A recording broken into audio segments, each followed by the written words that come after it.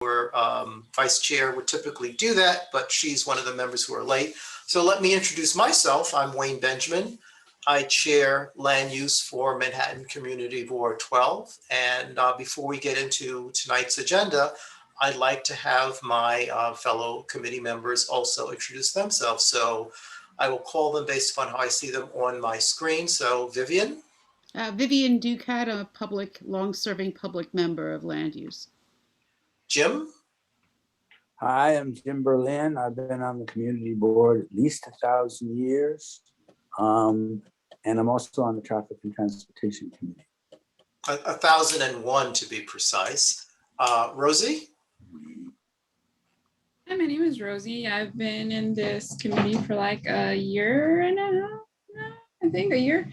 And yeah. So I want to, welcome everyone. Before we get into the agenda, I just want to close the loop on a conversation we were having towards the end of last month's meeting, and that pertained to the Inwood Library Affordable Housing Project, and there were some concerns expressed by neighborhood residents on the status of the dedication plaque for the library, and also I think it's the Art Deco era ornamental gates and what was going to happen with those. HPD and the New York Public Library, were both contacted and said that, there were efforts being made to retain those and reincorporate them into the building. Vivian actually got an email earlier today from a resident who pointed out that, interior demolition activities were underway, and there was some concern that damage might occur. But so I reached out to the folks at the Public Library and HPD, and they've pointed out that the demolition contractor has in fact been given instructions to retain the plaque and the gates, and they actually coordinating that with the public libraries people, and it will go in, storage at the public library so that it can then be, brought back and incorporated in the new building. So yes, demolition activities are underway, but the contractor has instructions regarding those two items, meaning the plaque and the ornamental gates. So with that, as I mentioned, we have two presentations by city planning, and I think these both pertain to zoning actions that have been released for community board and borough president review. So I guess our clock is now ticking.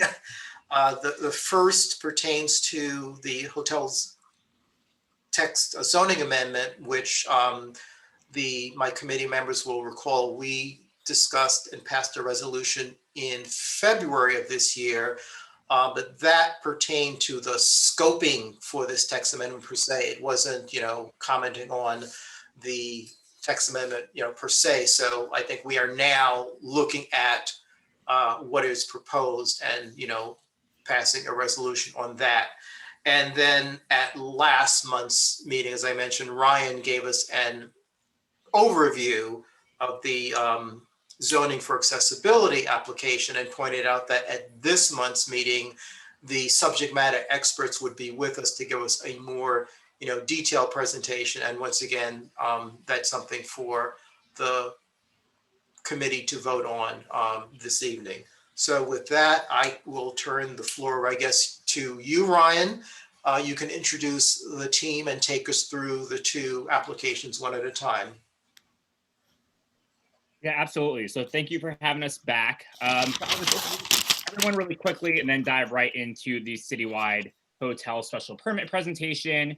That will be presented by my colleague Matthew Petrus, who is in the Manhattan office of Department of City Planning. Annie White and I discussed that, I think, briefly at the last meeting. We also did a really brief overview, as you mentioned, of the zoning for accessibility proposal, which Angela Belicio is here to present on, as well as Howie Levine from the MTA, New York City Transit. So with that, I will get into the hotel special permit. I'm actually going to be sharing the screen, and then Matt is going to be taking it away. So just bear with me a second. Actually, it doesn't look like I have ability to share the screen. Am I able Yeah, to get? so Ebenezer, could you give Oh, Ryan? there we go. I got it. There, perfect. Thank you very much. Okay. Share. Great. Thanks for that intro, Ryan. Again, my name's Matthew Petrus. I'm the liaison. We have a whole host of text amendments coming out kind of in the next month or so to the community board. So we've split these up a little bit differently. So I'm the liaison for the hotel special permit. This one's fairly straightforward. It's just going to require a new special permit for any hotel that's going to be proposed in the city. So Ryan, if you can go to the next slide. So over the past few years, we've seen concerns arising about the hotels and potential conflicts with surrounding uses. There's been a hotel special permit implemented in different areas of the city. And so this text amendment is to create a consistent framework for this hotel development throughout the city. Next slide. Before diving in, we're just going to talk briefly about the trends in tourism throughout the city. So by 2019, which was obviously before the pandemic, New York City experienced record growth in the tourism industry and its hotel pipeline. So you can see that on the left and the visitor trends here on the right. Visitor trends peaked in 2019. We had almost 67 million visitors, which was up from 46 million in 2009. And visitor count was forecasted to increase even further in 2020 to almost 69 million, but that was obviously halted by the pandemic. We can go to the next slide. So with that growth in tourism, we also saw a rapid growth in hotels throughout the city. And like I mentioned before, we had a variety of special permits that were implemented in different areas with different findings. And you might recall one of those that was larger was in light manufacturing districts. So that was the M1 hotel special permit, which was in 2018. And that was adopted to combat kind of these inconsistencies we've seen in land uses in those light manufacturing districts. Go to the next slide. Great. So this map is kind of showing just the wide range of those different special permits. So in the pink, that's the largest one that was just passed in 2018. And that was the M1 special permit for hotels. You might be familiar with the blue areas. These are the residential development goals. These are special permits that are implemented in areas where the city wants to see more growth of residential dwelling units before growth of hotel units. And so that was implemented as part of the Inwood Special District. There's a few other types of findings down in Tribeca. There's an essential character, there's harmonious development around Union Square, and different land use conflicts that are trying to be addressed through these different means. Go to the next slide. Great. So here we're looking at commercial and mixed use districts. So here on the left, we're seeing the different variety of hotel locations that we're seeing throughout the city. Most of these, as you can tell, are in Manhattan, specifically in Midtown, Lower Manhattan, but we have seen also growth in Brooklyn to a smaller extent, and then in Long Island City as well, in Queens. So yep, here we can go. So here, and please, if I'm going too fast, I just want to leave time at the end for questions. So feel free to stop me, but we'll definitely be discussing these more and your specific concerns later on. So here we're just kind of trying to show the different types of land uses, hotels that have popped up in different land uses and possibly how they've conflicted. So if we start in the upper left hand in the C8 district, this is located across the street from a cemetery and is surrounded by heavy commercial uses. So this may not be an ideal location for a hotel. It might be in conflict with those heavy manufacturing uses and the cemetery there. Moving clockwise, if we look at the C43A district, this is a hotel in Queens where there's curb cuts on the sidewalk. And so there's a parking lot that kind of is the entrance to the hotel. And so there we're seeing conflicts between vehicles coming into park and pedestrians as they're crossing the sidewalk there. If we go down to the C43A district in Rockaway, Queens, this hotel is close to the beach, so might be a good location to have a hotel, but the way this one is situated, it really creates a narrow sidewalk as the approach to the waterfront is created. And so that conflict may push pedestrians then into the street there. And then finally in the C62 district in Manhattan, in Midtown, we have a setback hotel, which kind of breaks up the fabric of the street wall there. And so that the design consistencies there are not really in character with the surrounding neighborhoods. And so these are just some of the examples we've seen of hotels throughout the city where there might be conflict with these surrounding uses, but these are allowed as of right today in all of these districts. Great. So where the new special permit is going to apply, in short, is everywhere where a hotel is permitted as of right. So the pink areas are the new areas that would be subject to the hotel special permit. And so you can kind of see these are in all the higher density commercial districts and the mixed use districts, and in the M1 mixed residential districts. So the areas in gray are these are all of the other areas where there's existing hotel special permits. And I kind of talked about those a little bit before, but in all of these areas, we're going to have a hotel special permit. I just want to note here that there's really going to be two special permits that somebody would apply for if they wanted to build a hotel. It would be this one that's proposed in the higher density commercial districts, the mixed use districts. But the M1 district, the light manufacturing hotel special permit, that is going to remain for those districts because that has specific findings related to the industrial uses of those areas. You can go on to the next slide. Great. So this is zooming in to Community District 12. So it's the same map. We're just seeing that this is where it would apply. And so that gray area I talked about earlier, that's the residential development goal special permit, that would be replaced by this new special permit. And the districts in pink, those are where hotels can currently be built as of right. But under the new program, they would require a special permit to be built. And so we can see those are mainly along Broadway, along the north-south Broadway corridor. Okay. So similar to the M1 text, if you remember, we are not proposing a requirement for special permit for hotels that are for public purposes. And this includes temporary housing for the homeless. And I know this came up in your resolution that you passed, and I'll discuss that in a little bit too. So this means that rules for siting homeless facilities will not change and will continue to be permitted as of right in the districts where they are currently allowed.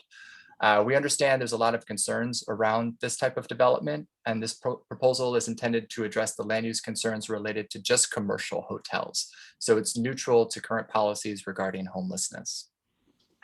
Next slide. So New York City's hotels provide an important amenity for all New Yorkers, and for this reason have been long permitted with limited regulation in districts with varied land use contexts in much of the city. Hotels serve a diverse set of customers in all 5 boroughs, from international tourists in Midtown, airline workers in Jamaica, clients of film studios in Astoria and Long Island City, and visitors coming to the city's medical institutions and relatives visiting friends or families throughout the 5 boroughs.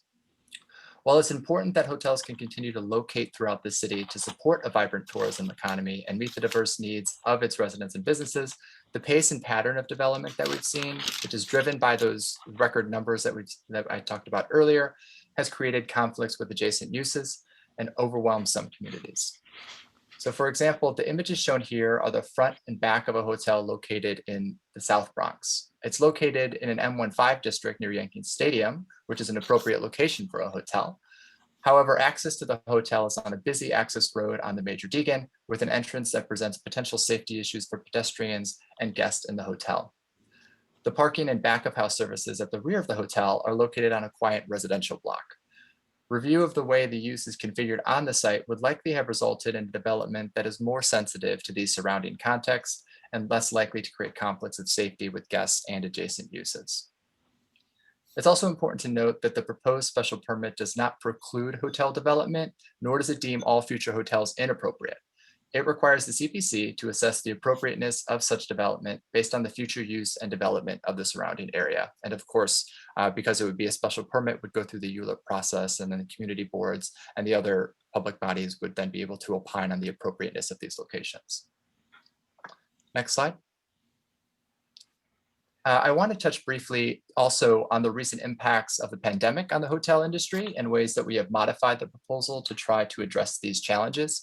I also want to make the distinction here that this proposal is separate from the other 4 that you're going to be seeing soon. This is something that we've been thinking about and contemplating for a number of years. The other 4 text amendments that you're going to see, including zoning for accessibility, which is going to be discussed after this presentation, those are related to pandemic recovery, and this is related more to the regulation of commercial hotels. So with that, so the COVID pandemic had a significant impact on the NYC hotel market. Between January and November of last year, a net total of 146 out of 705 hotels closed. That results in about a 42,000 room closure throughout the city. And you can see that here in the map. And most of that takes place within Manhattan. Luxury and upscale room types accounted for about 85% of this loss. And these estimates by the city's independent budget office place job losses in the hospitality and leisure industry at around 197,000 jobs in 2020. COVID has had an impact. Oh, can we go back real quick? COVID has had an impact on the hotel industry, but there's optimism that the city will recover and visitors will return, with many experts placing this recovery in 2025. With that return in demand, the Department of City Planning anticipates development to return to pre-pandemic levels, leading to a need for this special permit, allowing for better regulation. However, we do not want these regulations to prevent recovery in the city. Okay, so next slide. So because of the significant impacts that the pandemic is having on hotels, we have created several provisions to minimize the likelihood that the special permit will impair the recovery of that industry. So these include modified vesting provisions to facilitate projects that are already in the pipeline. So this means that projects filed with the DOB prior to 2018 need to obtain a foundation permit prior to adoption of this text, which we anticipate in November if approved. Projects filed between January 1st of 2018 and referral need to obtain zoning plan approval from DOB prior to adoption.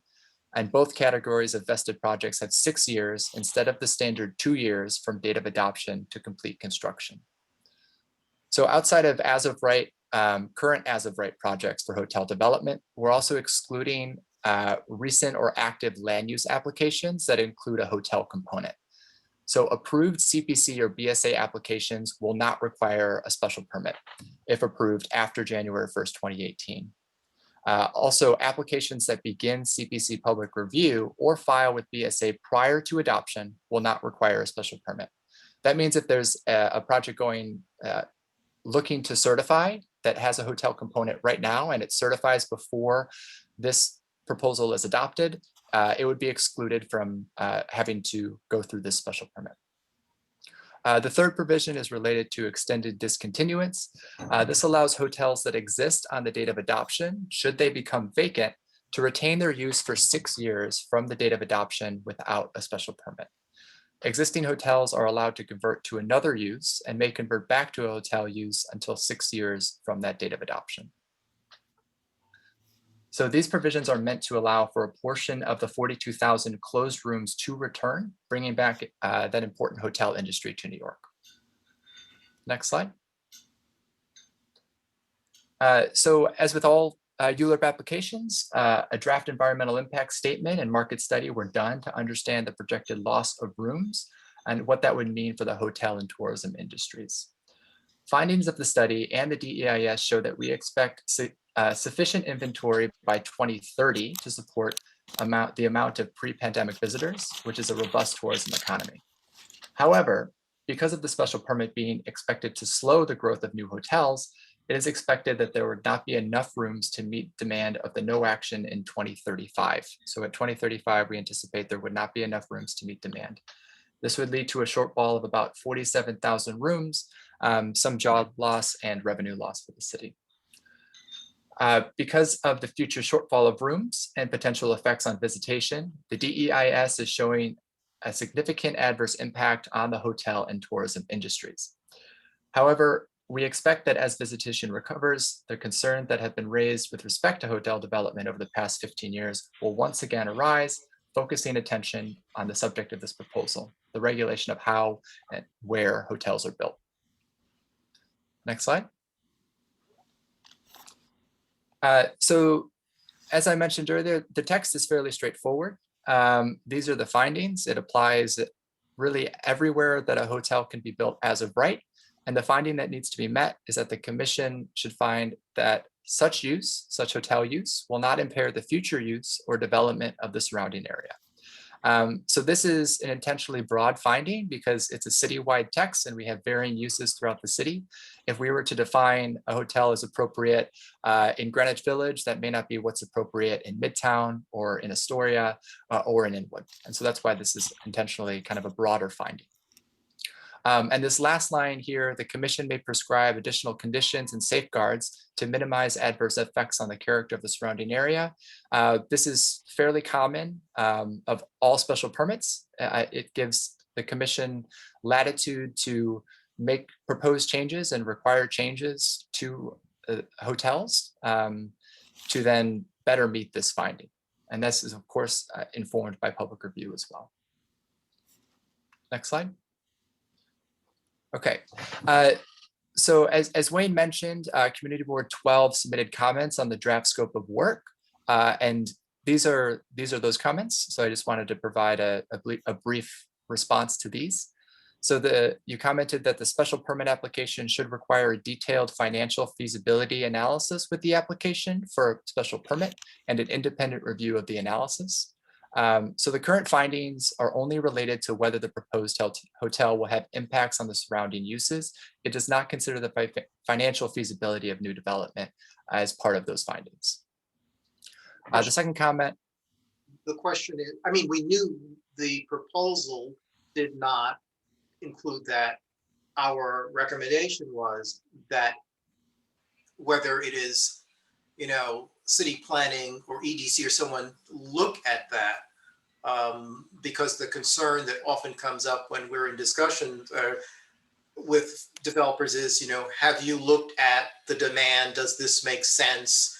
You know, are we going to have a legitimate hotel, or are you going to build the hotel only to say there's no demand, then it turns into some other use that we didn't discuss? So that was the point of raising the question, and simply saying that it's not included. That's true, but it doesn't address the concern. Sure. So we actually don't require a financial feasibility study of any special permit in the text, because special permits and the findings are related to whether or not the land use is appropriate. Because most development is done as of right, even the developments that go through public review, we rely on the developers to then understand whether this is going to be a viable project. That's up to them. This is their land. I certainly understand where you're coming from, because you want to understand if this use goes in, and if it doesn't work, they're going to convert to a different use. And I think that is somewhat related to one of the other point. I think the third point on this slide, that you're worried that it would convert to a use such as a homeless shelter or something like that, because those building forms are kind of conducive to those two uses. So I'm just gonna jump to that third point, and then I'll go back up. As I mentioned earlier, so this special permit is just related to commercial hotels. Those include hotels, motels, tourist cabins, botels, which are botels are not hotels on boats. They're actually hotels accessed by boat, just so folks are aware. Although we haven't really seen any of those. But so the special permit is still not required for homeless shelters. The city is obligated to provide emergency shelter to anyone who needs it. And that's why this proposal is remaining neutral to that need. It's really just focused on that commercial use. Actually, I participated in the briefing yesterday morning, and some of this was also discussed, but that's not the the point of the question. The question raised is, if there is a proposed hotel that undergoes the review pursuant to the special permit and is approved, if my phone starts ringing, if that hotel is now going to convert to some other use, since it was approved pursuant to a special permit, there should be a process by which that conversion is reviewed, that it doesn't just happen absent anyone looking at it. So it was not focused on, if there's a homeless shelter that needs to go through the special permit, but if we approved a Holiday Inn, and now the Holiday Inn is going to be something else, there should be a process. And we have a hotel on 181st Street, I believe, near the Harlem River, that I don't know if it was ever, it opened as a hotel. It's not clear. Maybe Jim Berlin has some more information to what extent it was ever really operated as a hotel, because at the time they opened, they found out the demand wasn't there. And I think it kind of converted to some kind of a homeless shelter. And that's the point. We discussed, that project as a hotel, and we're surprised to find that it never really materialized as a hotel. It turned into something else. Sure. Well, if I could just, add a little bit, my understanding from the scuttlebutt is it did operate it as a hotel, but it was a sort of sleazy hotel, let's use that term. And then it only got a certain clientele, and it wasn't maybe also not the clientele it wanted. And then, of course, it converted to a homeless shelter. And I believe the city has, I don't know the current status, frankly. Sure. So there's, I think, three things there to unpack. The first is, if you convert a building to an as of right use, we're not going to require additional review through a special permit. I understand that that's what you're asking for, but there is review by the Department of Buildings for those uses. If they try to convert to a use that's not permitted by the underlying zoning, they're not going to be allowed to do it. If the form doesn't adhere to what's allowed by the underlying zoning, they're not going to be allowed to do that as well. So that's kind of the first point. You can convert from whatever use you want to an as of right use, and it would continue to be as of right under this proposal. The second one is related to, I guess, the clientele that goes into a hotel. That is something that's just not regulated by zoning. And that was we can't. Question. That was in fact, what happened, but that was not the point of this question. I understand. Yeah. So I was just gonna. That was a short point. And the third one is kind of coming back to that same point of these conversions to homeless shelters or hotels for public use. We're not looking to regulate those under this proposal at this time. Those are subject to fair share requirements and different analyses. And again, the city is obligated to provide those shelters. And so we don't want to create any impediments to providing housing for folks that need it. I do understand that is a concern, not just for this board, but for other boards. And so I guess I would just encourage you to reiterate that point in your recommendation. No, I think that makes perfect sense, but I think the first and the last tied together, because you or city planning has made the point that the demand for hotels, and the development of hotels throughout the city have on occasion created conflicts with, surrounding uses, and the intent of the special permit is to provide a process by which city planning can review proposed hotels. And it refers to all hotels that are allowed even as of right, to help ensure that those conflicts are lessened or mitigated. And having that as the backdrop, it seems that we are missing something if you're saying, but we've looked at the hotel and its appropriateness for the location, but if it converts to something else, we don't care whether that other use creates a conflict. Yes, understood. I mean, and that's why this is the scope of this is narrow. It's just narrow just to commercial hotels. So I would just say, please reiterate those points in your recommendation. I think, and it's not related to an experience we had with city planning per se, but it is related to an experience we had with both HPD and EDC, where we have set forth in resolutions, sort of very clear and reasonable recommendations that are, simply ignored. So we are a little gun shy about responses that just says, we'll just put it in there, because I think what we're saying is, we agree that, if you have hotels popping up all over, it can, and in some cases has created conflicts. So let's provide a framework within which they can be reviewed. But once you've done that, if I turn it into, Studio 54, North, that can create a conflict. And the point is, there should be some mechanism by which there is continued review for that. I mean, as silly as it may seem, years ago when I worked for the Health and Hospitals Corporation, the School of Nursing at Queens Hospital Center was built pursuant to a BSA. And I think it breaks the sky exposure plane. When we were putting sprinklers in the building, believe it or not, we had to go back to BSA, even though nothing was changing in terms of the building envelope, but because the building was originally built pursuant to a BSA, action, the installation of the sprinklers inside the building had to be blessed by BSA.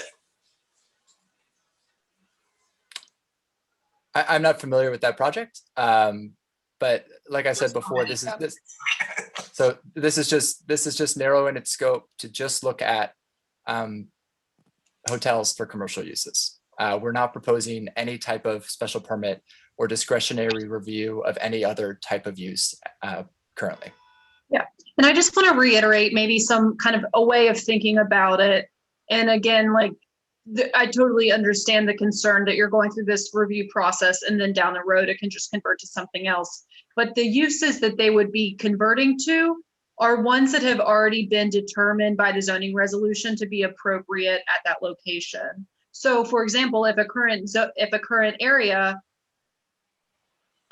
doesn't permit nightclubs, we're not giving a special allowance for them to then convert to a nightclub. Perhaps you think there's an area in your district that shouldn't allow nightclubs, and that would be another zoning action that removes that ability of a use. But think of it, for example, like sometimes special districts permit bulk or height. So sometimes we'll do a special district or a special permit, that will permit you to build taller. And then the owner always has the option to abandon that special permit of bulk and build as of right, which means they would revert back to the as of right condition. Something similar would happen here if they were to seek a special permit for the hotel, decide they actually don't want to do that, they want to do something else as of right, and then they would revert back to the as of right condition.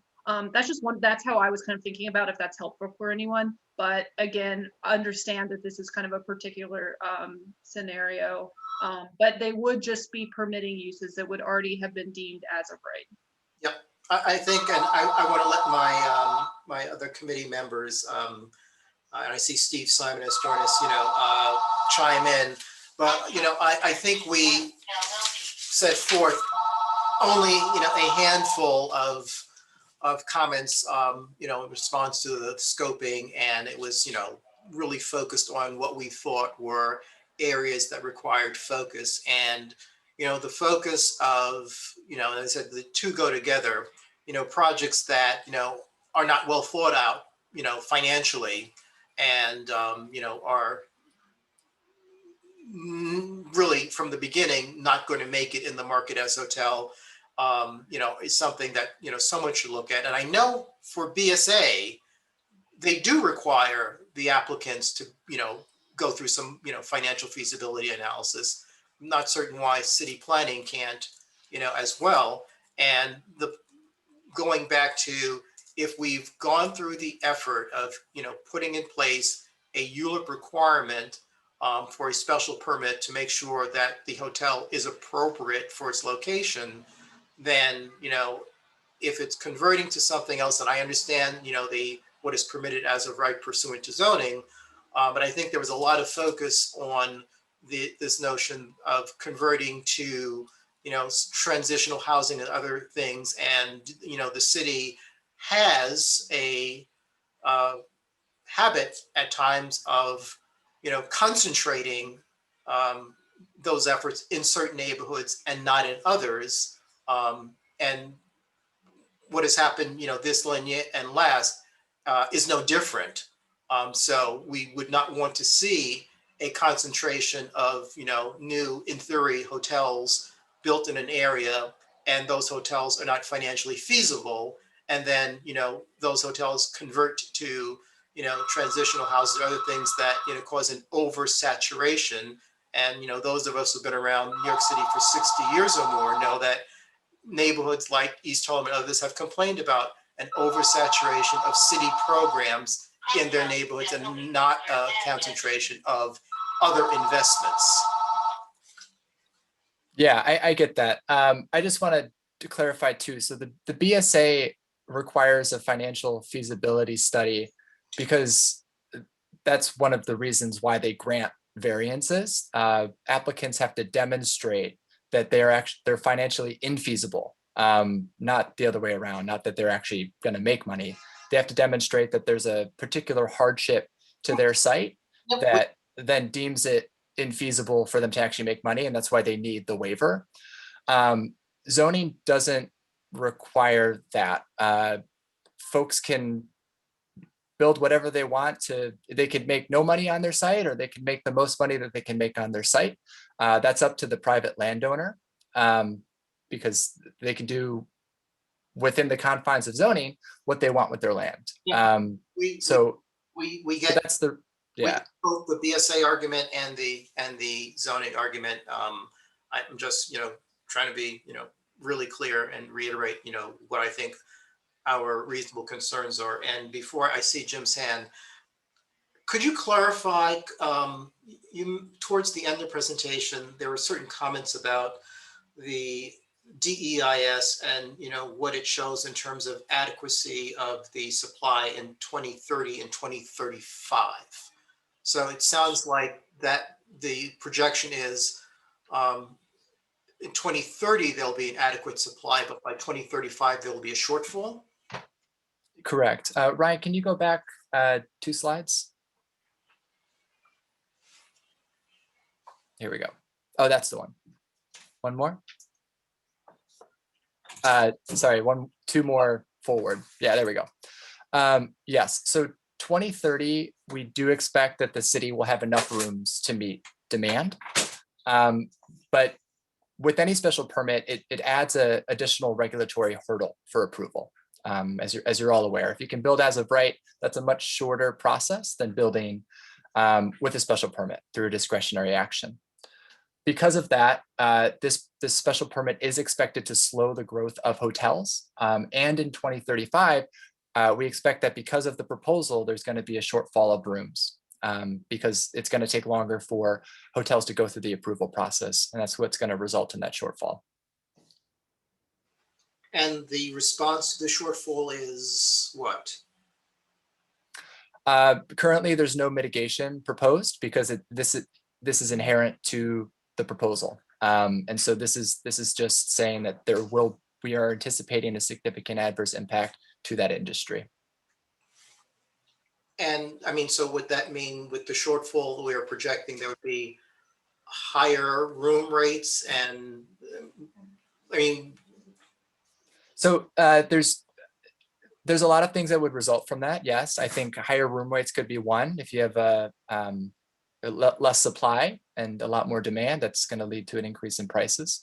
It also, because of the loss of rooms, we do expect a loss of jobs as well related to that industry, as well as a loss of revenue to the city. Jim? I would just like to encourage us to move on because we have many more speakers and many more topics from this group. Yeah, so we have to pass a resolution on each of them. So we need to, flesh out what our thoughts are. So So I understand that, but the point is, I don't think any one of us wants to stay here till 1 a.m. So I think we have to limit our discussion. here until 12:35. Come on. Do you have something for this DCP folks? No, I have something for all of us that we got to get moving. Right. So are there Thank you. questions, comments from the committee on the hotel text amendment? There can't be complete silence.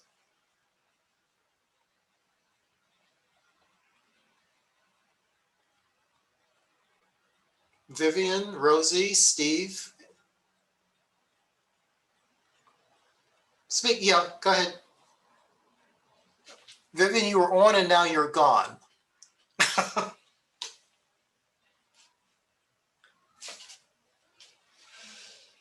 Mute. Can you hear me now? Yes. What if from a new development, the neighborhood will totally change, let's say over 20 or 25 years?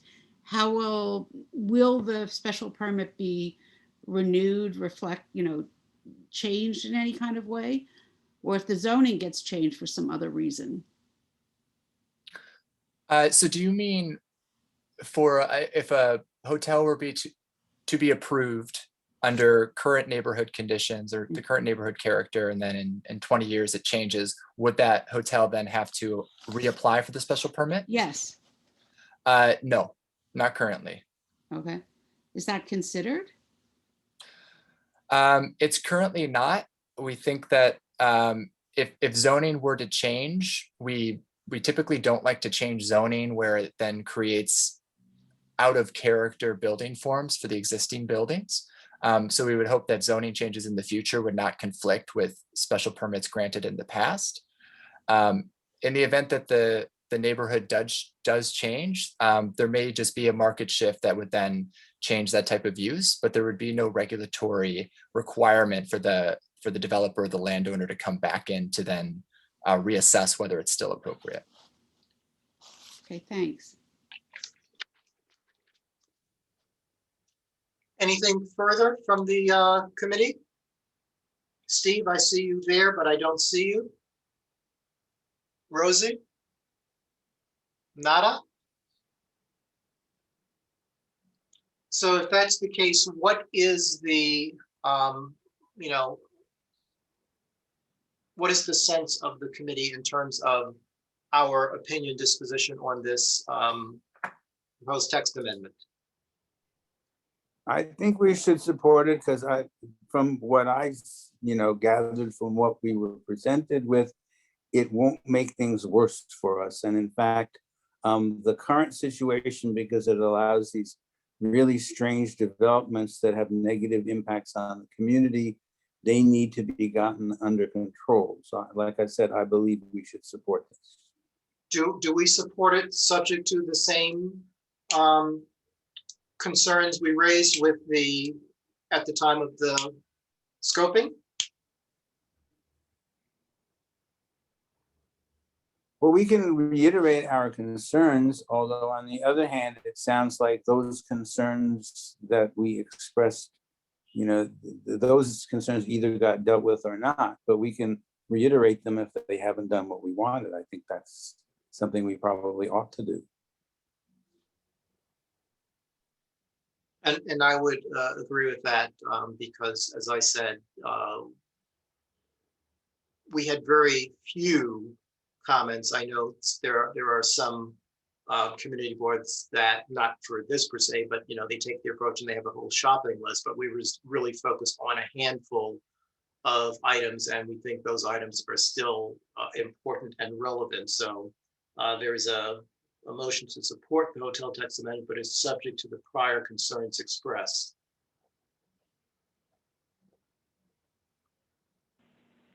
So it's moved by Jim. Is there a second? I'll second. So those committee members in favor, say aye or raise your hand digitally. Aye. Aye. Aye. Aye. Me, 1, 2, 3. Any opposed or abstaining? And actually, if you could stop sharing the screen, because I can't see the other participants at this juncture. So actually, I see there are 2 participants, one of whom is board member Debbie Nabavian. Are there members of I guess Debbie would not vote as a member of the public. She would vote as another board member. So if you would like to vote, Debbie, you can, raise your hand. Are you, I'll just do it in order, in favor?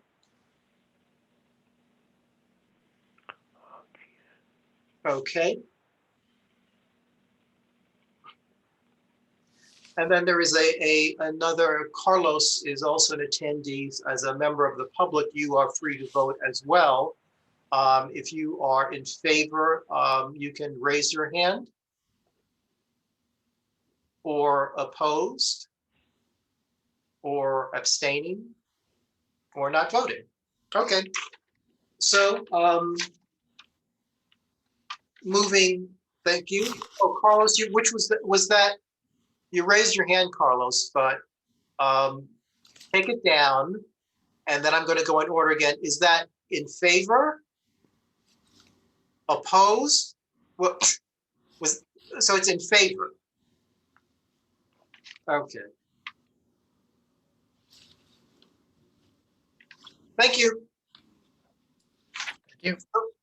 So the next item is the zoning for accessibility. Yes, and so I will very quickly step out of the way with this one and turn it over to Angela Belicio from Department of City Planning, and then Howard Levine from the MTA New York City Transit to discuss this presentation, which we gave you a really bite-sized portion of last month during your committee meeting. So Angela, I'll turn it over to you. Yeah. Can I please share my screen to share our presentation? Sure. Once again, Ebenezer, if you could let Angela share her screen.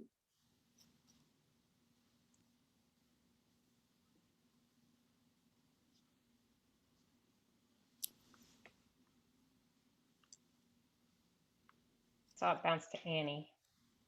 Oh yeah, there we go. Thank you.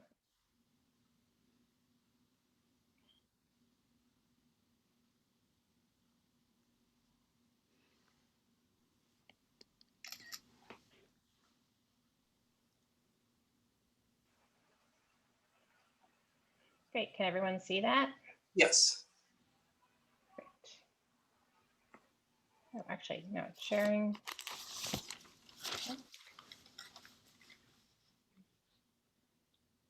Do you want to make it full screen, Angela? Sure, it's telling me again that my sharing is paused. I'm such a, right, let's try this again. Just I said apologize. something might have happened. I don't know what I did. Okay, how about that? It's good. Full screen as well. Is that not full screen? It is full screen. It is, it's good. Okay, great. Although we're on there we go. Great. I'll pass it right over to Howard Levine from the MTA to start us off. Perfect. So good evening, everyone. My name is Howard Levine. I'm from MTA New York City Transit. I'm the rep for CB12, as well as one of the project leaders on zoning for accessibility.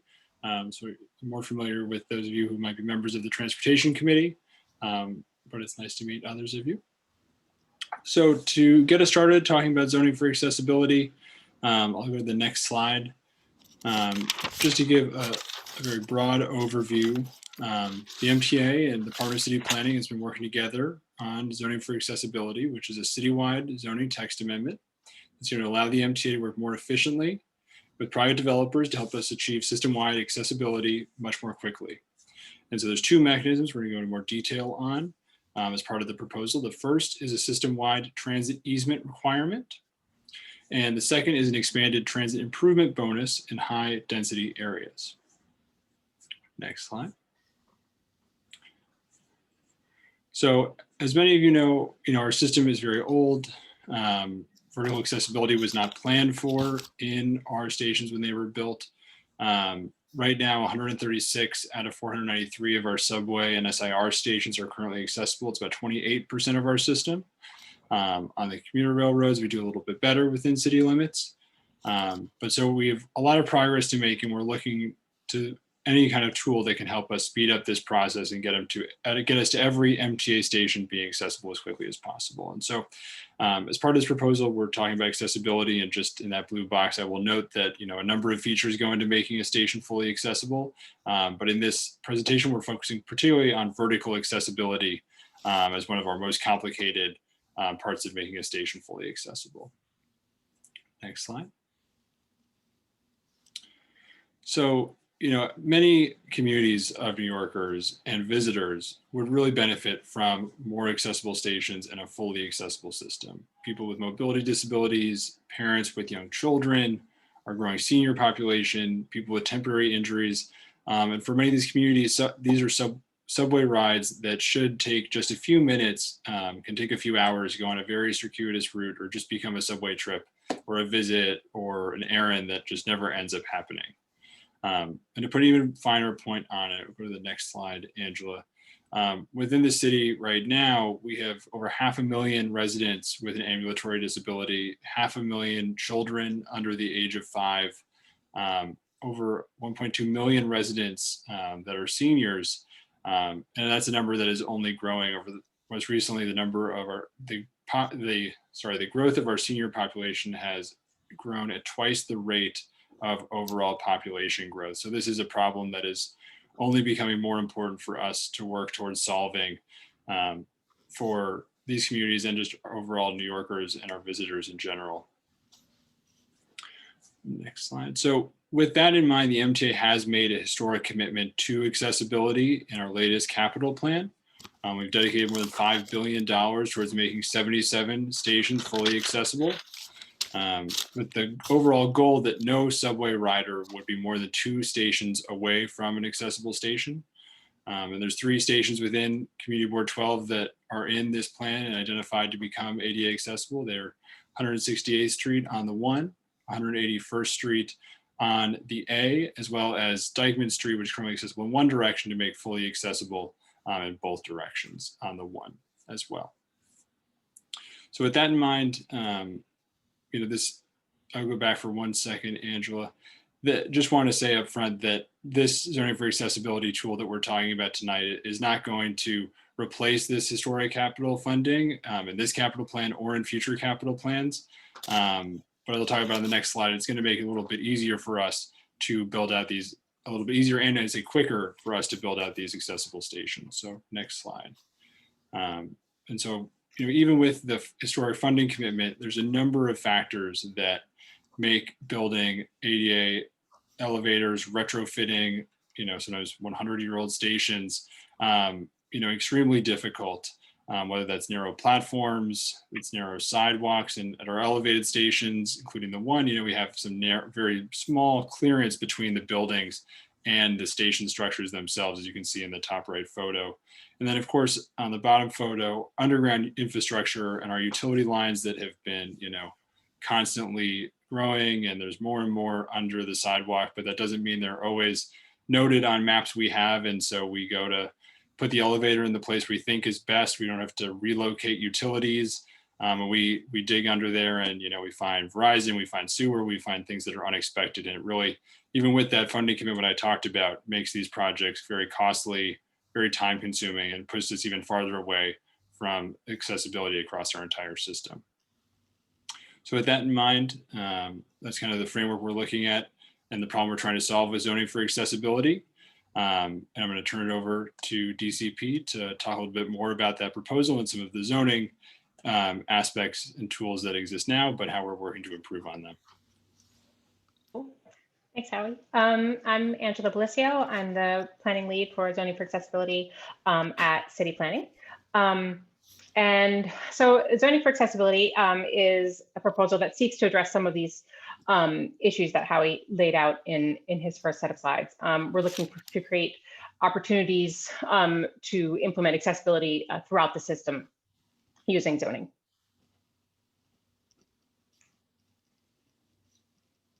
Okay, yeah. And so today there are zoning tools in place that help alleviate, some of these burdens. Two of them are transit easement requirements and station improvement bonuses. And both of these tools are looking to access, sort of already incurring investment and to access that to ensure that there are opportunities for coordinating developments, with station improvements as construction is already happening. And as a result of these zoning tools that we have today, we do get, better designed stations. We can get, a better sidewalk environment as we sort of are able to, position our subway entrances off the sidewalk. This image on this slide is an example of both an elevator on the left and a stair on the right that were placed in the in the footprint of a private property in an easement, which got the entrance off of the public right of way.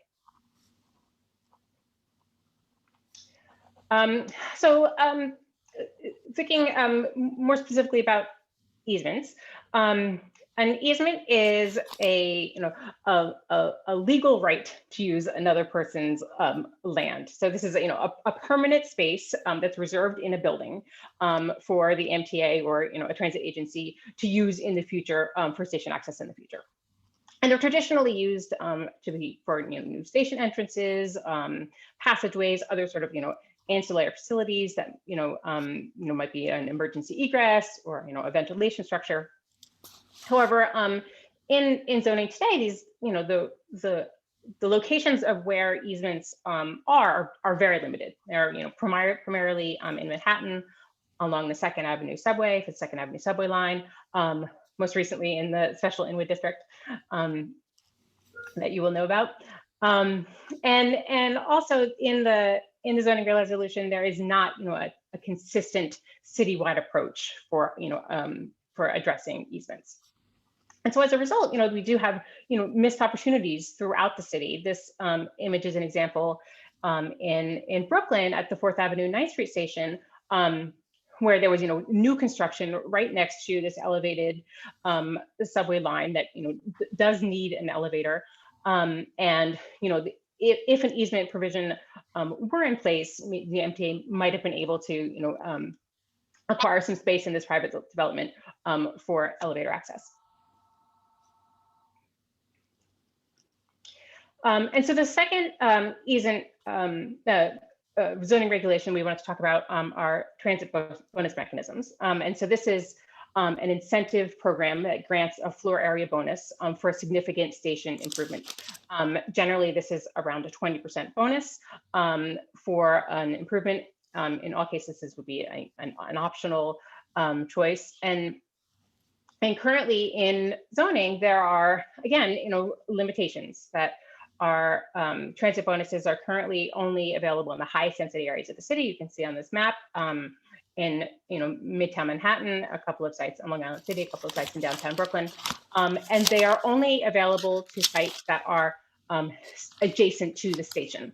So only properties that are directly on the station could even apply for a bonus. And then there's also application process that adds time and risk to the solution to the process. So this brings us to the two components of the zoning for accessibility proposal. The first, again, is a system-wide easement requirement, and that would address some of the limitations of the easement requirement that I was just talking about. As part of this requirement, all developments and enlargements that are within 50 feet of a mass transit station and within applicable zoning districts would need to file for an application with the MTA and the chair of the City Planning Commission to determine whether an easement on their zoning lot is needed to facilitate station access in the future.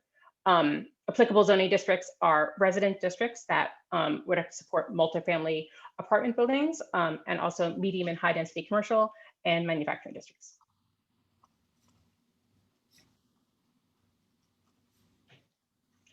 And easements like this, they can affect developments in any number of ways. The easement takes up floor space on a site, and the size and the shape of an easement can also vary and occupy some amount of space within the within the building envelope. Easements can also restrict available space for providing ground floor uses or parking. And so without, zoning relief, asking for an easement, they could potentially limit the construction, a development to its fullest potential. And, and that would then, make the ask of an easement that much more challenging for a development to be built and, make it much more difficult for the MTA to acquire.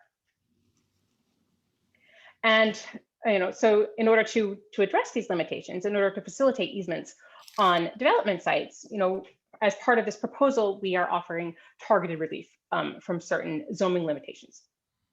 And we've sort of categorized them in 5 different areas. The first is floor area and open space provisions, and those would ensure that the accommodation of an easement does not reduce the development potential. It would allow flexibility in locating an easement on a development site. Height and setback modifications would also be provided to facilitate the accommodation of all the permitted floor area that's given to a site. So sites that provide an easement would be able to increase their maximum height by 10 feet. And additionally, in R7 districts, R7 and above, for developments that provide an above grade easement, maximum height would be increased by 20 feet. Parking relief also would be addressed, would be available to address potential limitations created by easement, providing parking spaces. A deduction of 15 parking spaces would apply to all developments and enlargements. And in addition, parking waivers could also apply to smaller sites. Use allowances would be made available to support compatible uses around the station entrances. And similarly, streetscape provisions would also ensure that developments are appropriately designed around the future station entrances. Additionally, there are cases that we have very unique sites, and in order to address to accommodate situations with unique sites, we are also proposing an additional relief. And so depending on the amount of relief that's requested, pursuant to an authorization, modifications could allow an increase of height of up to 25%, or through a special permit, more height if that's needed.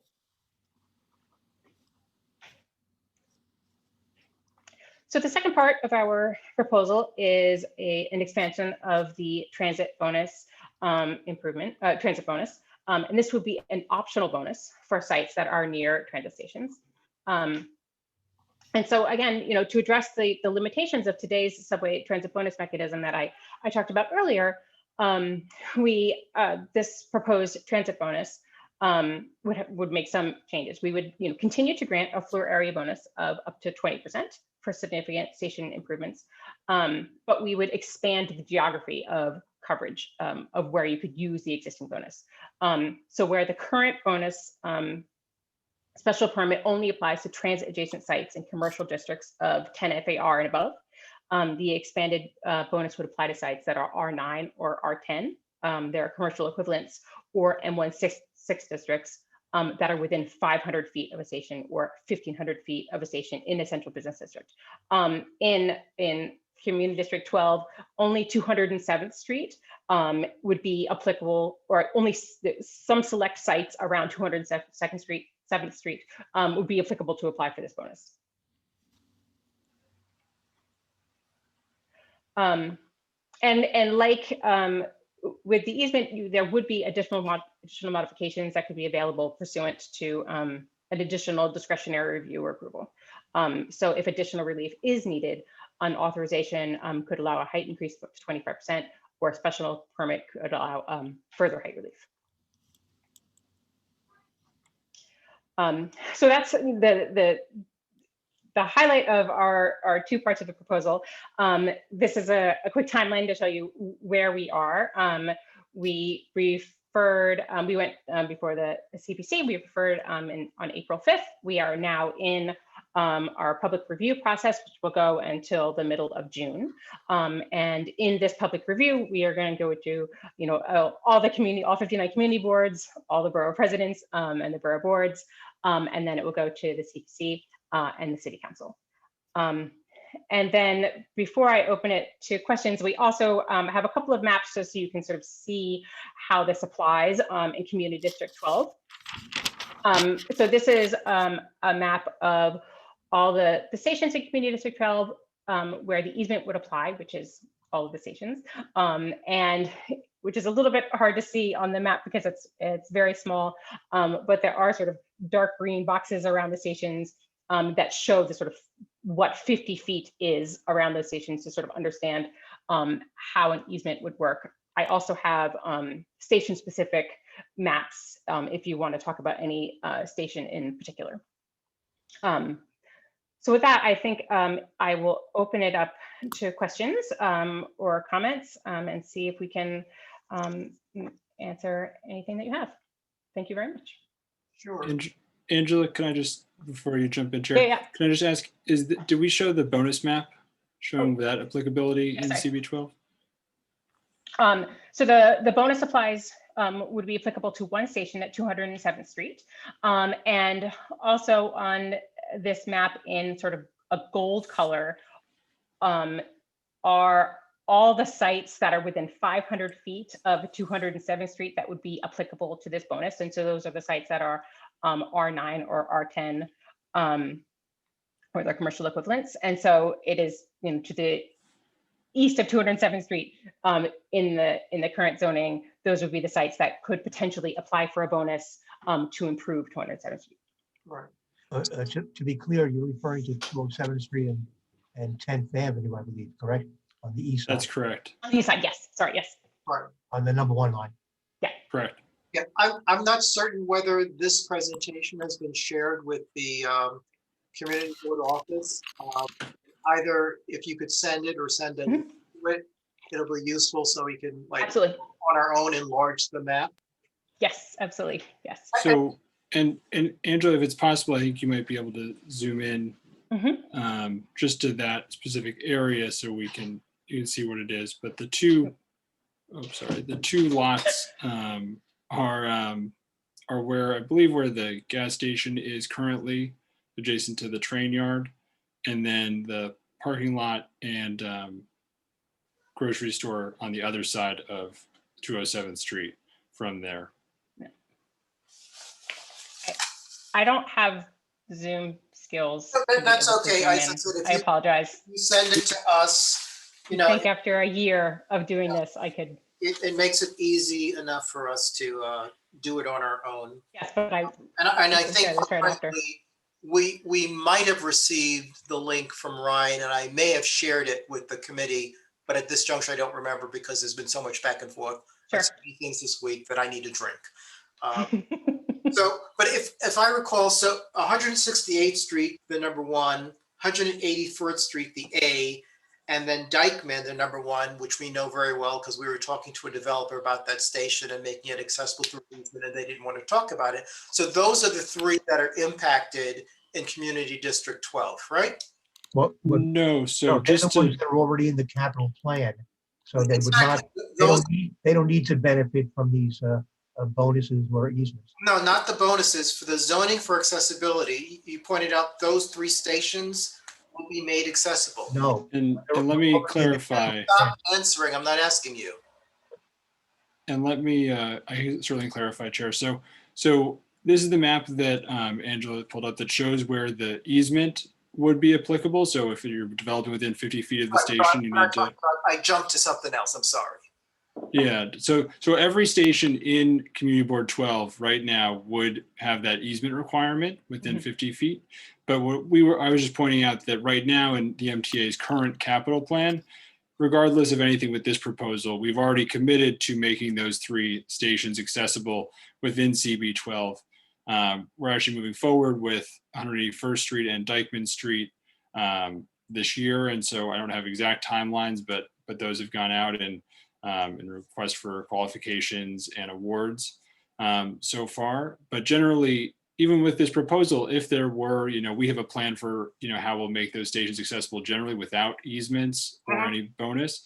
But, if we were to get an easement, there was a developer who was building within 50 feet of one of those stations at a timeline that would come before we would start construction, it would, if it's something that would really place an elevator in the perfect location that we couldn't otherwise do because of station constraints, but we have the space that we could use in a developer's building, we would still pursue that, and that could still make the accessibility at that station, more straightforward, a more direct path from the street to the platform, for example. My question is going Does that to, make sense? if we look at Community District 12, south of 168th Street, what are the plans, whether it's MTA or city planning or both, for like the 163rd Street, the C station, the 157th Street 1, and the 155th Street C? Is there anything in the works that would make the southern end of the district, any of those accessible? So right now, so I guess to back up for a second, Chair. So generally, we are making stations accessible in the capital plan with the prioritization of making sure no subway rider is more than 2 stations away from an accessible station. We also always look at geography, transfer points, which, is why 168th Street on the 1, I imagine, is a big priority. And a number of other factors that go into it. I can't speak to, I know those stations are not in the current capital plan, and I would expect them to be in a future capital plan, but I don't know the timing of that.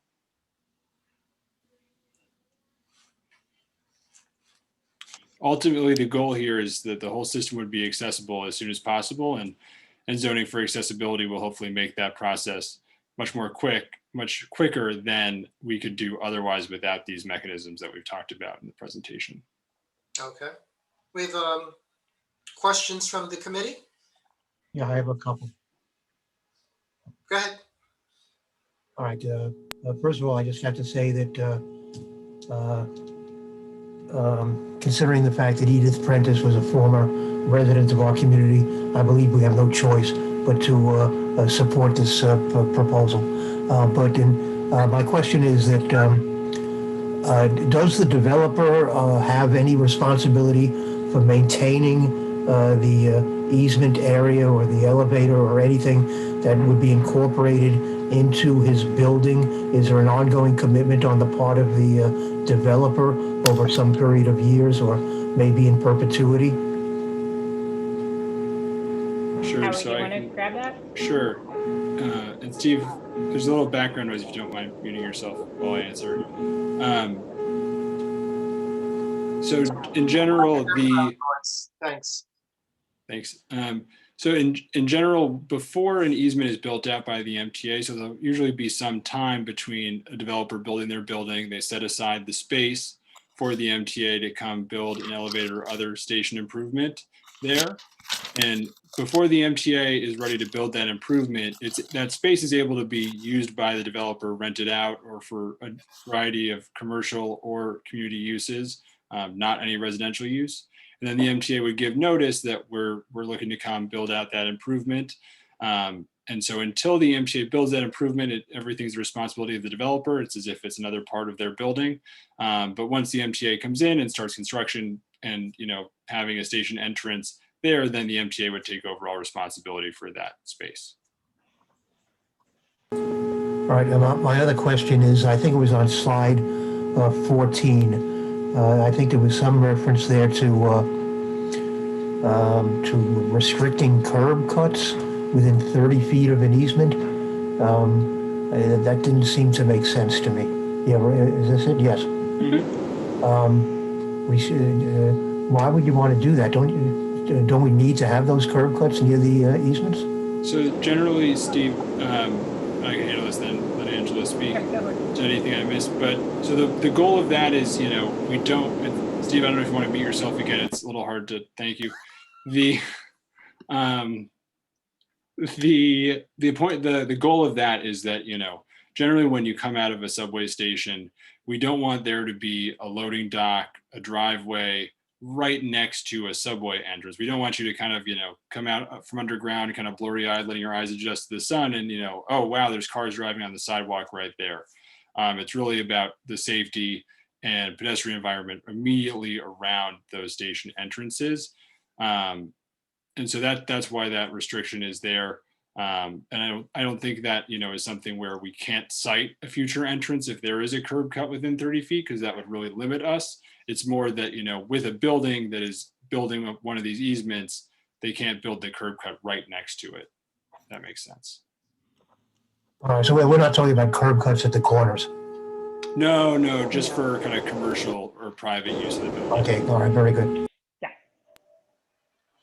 Jim? Jim? I'm getting there. These things take time. I have to push buttons and things. Technology. So this is just a comment because I mentioned this zoning to some friend of mine, and his complaint, which is not, totally relevant, but on the other hand is, he finds that in many places where subway entrances are integrated into buildings, because of the various styles of the building, it's really hard to recognize where the subway entrance is. When there's a stairway that goes into the ground with a green light on top of it, that's very clear. But their complaint was that there isn't, in their view, there isn't sufficient standards for what subway entrances look like or how they are marked. And that was a big concern of theirs. So I wanted to make that information available.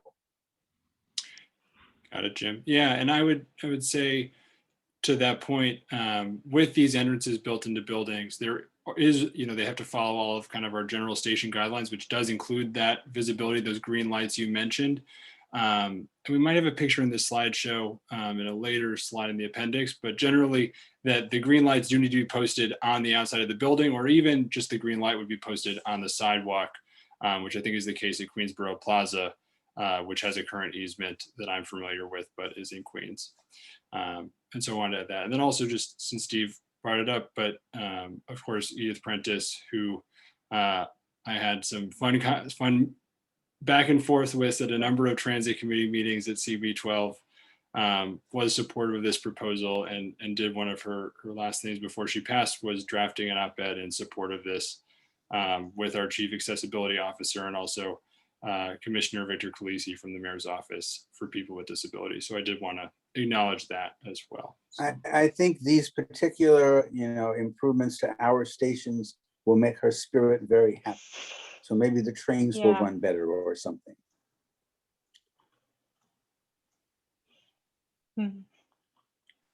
Like to think that as well, Jim. Yeah, me too. Do we have other questions or comments from the committee? Yeah, I had a I question. do. Who was that? Tanya And Vivian. Okay, I can't see you. and Vivian too. So, Yeah, so go ahead. I apologies for coming in late to this. I had a question about, you mentioned the 3 areas that are going for capital projects for 2024, I believe. How did you determine those as priorities? I just, wanted to know, how did you determine those as priorities? Sure. So, this is, they're in our 2020 to 24 capital plan. So should be built out with relation to 181st Street and Dyckman Street. Dyckman Street has been awarded, so we expect to see movement on that within the year. And similarly, 181st Street just went out in a request for qualifications. So on a little later timeline than Dyckman Street. But so generally the way we prioritize these, a little bit similar to what I mentioned in a previous answer, that we are, with this capital plan, looking at the goal of no rider being more than 2 stations away from an accessible subway station across the system. And so, so with that in mind, we were prioritizing stations. We also looked at a number of other factors, where there's different stations that might help us meet that criteria. For example, if you look on the A line, 190th Street might have met that criteria as well. And so we look at general geography, overall usage, any particular transfer points, community uses around those stations, and things of that nature that help us determine these locations when we release a capital plan. And in this case, release 77 stations that we're going to make accessible. There's also some public meetings that went into these determinations as well. I think Edith was actually involved with those at our system-wide accessibility office. But I hope that helps add some clarity to that process. Thank you. Vivian? I think that this sets up kind of a trade that the community has to have between, let's say, adding more height when it isn't necessarily wanted versus being accessible. And I don't mean to sound like I'm trying to set up a totalitarian state, but isn't it the obligation of citizens to do this one way or another? And why do developer? Are we so afraid that there won't be developers that we need to pay them off with things like more height? I just think that's wrong. So I guess to speak to that point, I mean, I don't know if the chair could speak to more of the experience with Dykeman Street and that there was a developer they were talking with, but wasn't really interested in providing an easement in the past. And right now, there's no kind of teeth to enforce that and require them to. And so this proposal would create that requirement in the form of the easement requirement that would be applicable to all of the stations in Community Board 12. And in terms of height that would come as a result of this, the only, we're providing targeted zoning relief when they're providing an easement. And so say they provide 100 square feet for a new entrance in the bottom floor of their building. So we would allow them to use that 100 square feet elsewhere in their building footprint. And so in case of the easement, we'd allow them to either go 10 or 20 feet higher in limited instances, but that would only be to use that square footage that they otherwise would have been able to build if there was no easement required in their building. It's not kind of an automatic, you get to build 10 feet higher or you get to build 20 feet higher. It's only to offset the space being used by the easement in their building footprint. Right. And in terms of our experience with and that was Sobro's project at Dykeman, the downtown platform is accessible. The uptown platform is not. They were building adjacent to the uptown platform. And given the topography, there's a certain point at which you can get from the sidewalk to that platform with a very slight ramp. And we said, you're asking for a BSA, relief. You're asking for additional height. Wouldn't it be a good public give back to provide this easement so that station or that platform can be accessible without the need for an elevator, because it would simply be a slight ramp. And they just didn't want to hear it. But to the experience throughout the city, I mean, there are buildings along 8th Avenue that I can think of where when a new building was built, the entrance to the subway was put into the new building. So if you think about overcrowded sidewalks, then you've got the subway entrance and you've got garbage cans, you've got other things. It's a way of kind of freeing up some of the sidewalk space. On 86th Street on the number 1, there was an additional entrance added on 87th Street, so you get more points of egress. And I think it's a way of, a lot of this may go back to when the city was nearing, bankruptcy, and a lot of capital plans weren't happening. There are ways of looking at how can the city partner with private entities to get things done. A lot of these through block arcades that add public space or other things, it's like, okay, if you build this and it's a publicly accessible space, we'll give you some kind of a bonus. So a lot of these go back to like the Lindsay administration and the urban design group, and thinking about how can you have an urban environment that's a little more attractive, and it's not a matter of totalitarian state. I think in some of our discussions with developers in land use, we often say, well, can't you add this into your building as a community benefit? So I think it's along that line of thinking. Wayne? Yes. I'm sorry, this is Tanya again. I have one more question. Last month, we had a preliminary discussion about some of this. And I wanted to know, I hope this is the right place to ask this question about maintenance of your facilities, because we have a lot of stations that have, accessibility in forms of like elevators or escalators, but they're down a lot. So I guess in terms of this plan and, trying to make sure that stations are accessible, how is the MTA also addressing making sure that there's these stations that are accessible, it's maintained so people can actually use it? Yes. Sure. So in terms of maintaining MTA elevators across the system right now, and in particular in Washington Heights, we have been working, we have our own staff internally, but also with some contractors who are, real specialists with, I would say, quite unique elevators and deep station elevators we have in Washington Heights that we're, in the process of finishing replacing, which I've talked to this board about a number of times.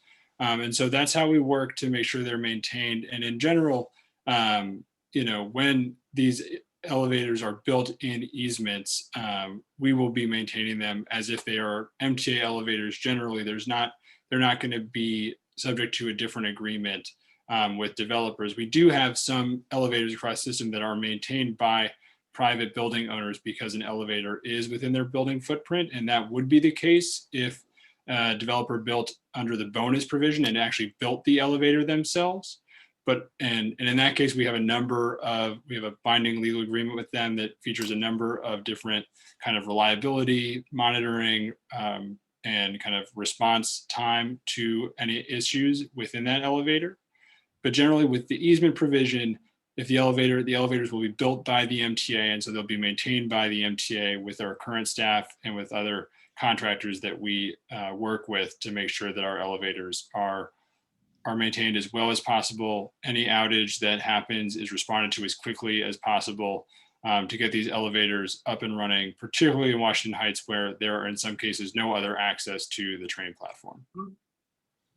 And I see, although it's not here, but I see Debbie Navabian, who is the chair of our Traffic and Transportation Committee, is also here and has her hand up. Debbie, I think I've unmuted you. Are you able to speak?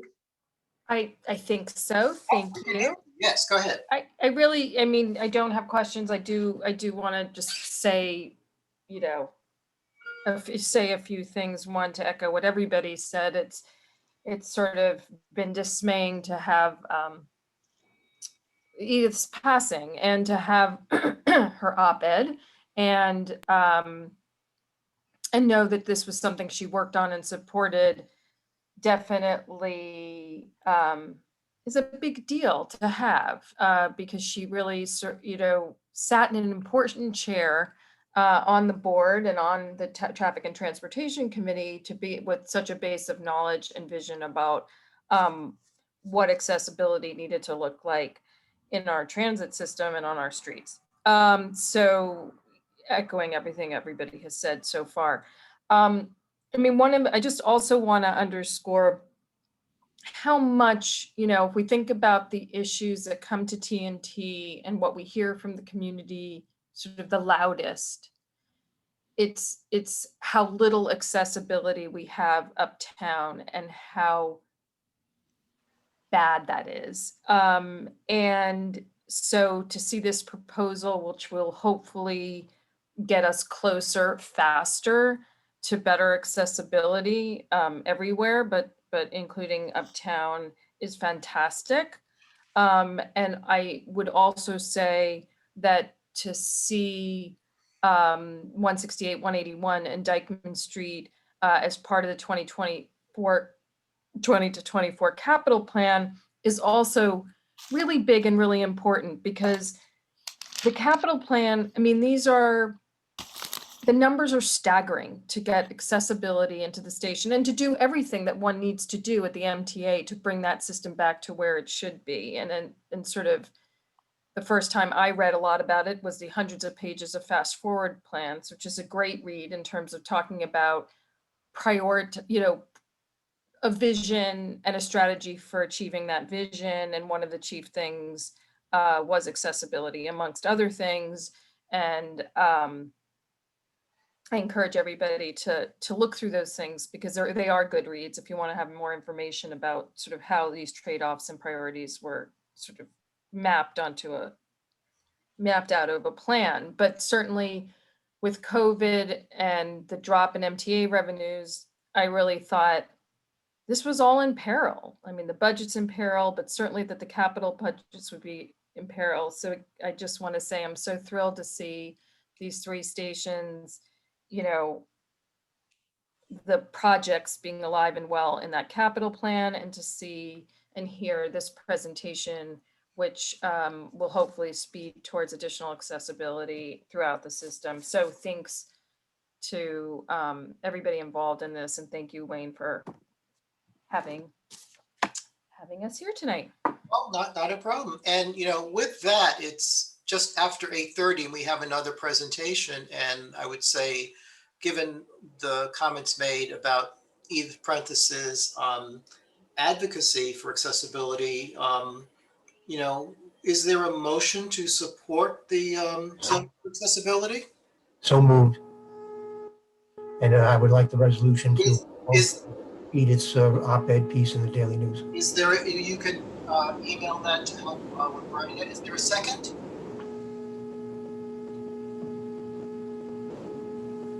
Is there? Second. Tanya. Thank you. So committee members in favor, could raise your hand digitally.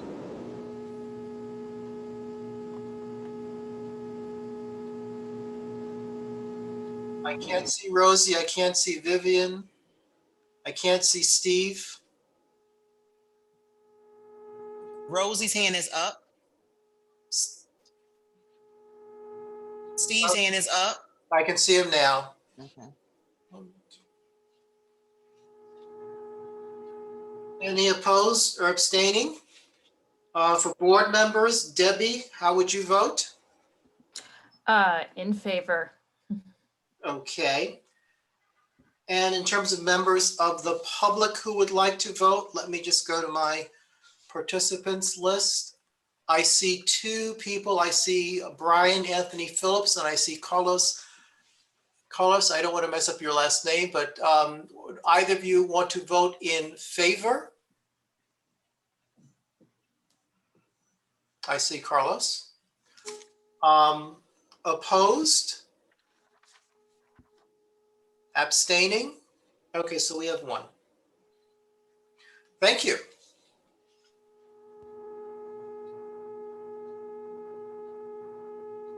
So you can put your hands down. Thank you much. I see Vivian Ducat twice. And so for our city planning and MTA folks, thank you very much. We will shift now to our Port Authority friends. So with regard to the Thank you. George Washington Bridge, 178th, 179th Street, ULURP, who's taking that for us? Hi, I will, I'm just going to say hello, start off, and we're going to have Rocco Cetera present. He's the program director for the Port Authority on the Restore the George project, the overall project.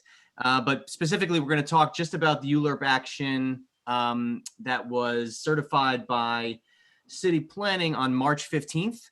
And it's a city map change, and Rocco is going to get into it. And any questions, we're conscious of time. I'll put my email address in the chat box, and please feel free to ask us any kind of questions you want. I will get back to you and the committee with any responses if there is no time. But I'll just have that available. Okay. Sure. Rocco. So I'm not able to share the presentation for Rocco. If someone could grant me access, I would like to do that. Ebenezer, if you could grant Karen access, that'll be great. Thank you.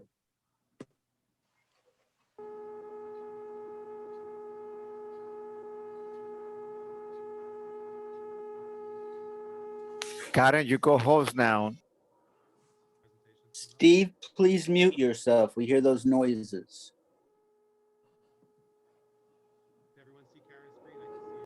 Okay, Karen.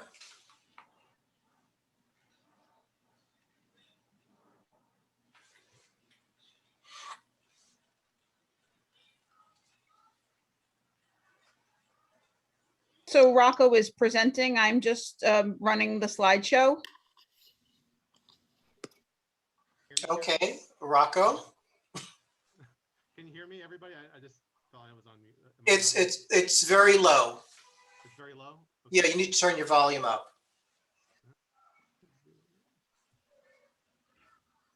I'll speak louder. Can you hear me? Can others hear Rocco? No, hardly at all. No. Very low, Rocco. Yeah. Your volume needs to be increased.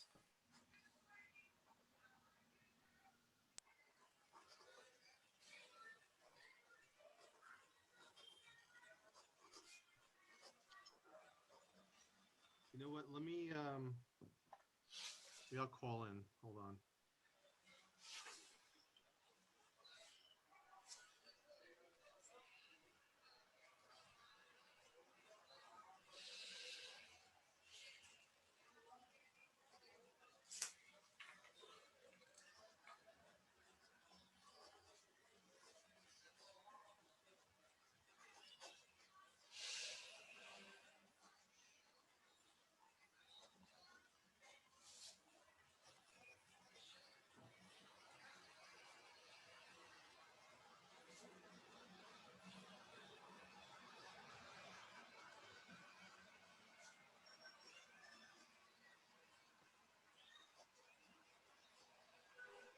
I just called in. Can someone unmute me? I guess that's what's asking. You called in where? Let me see. Can you speak now?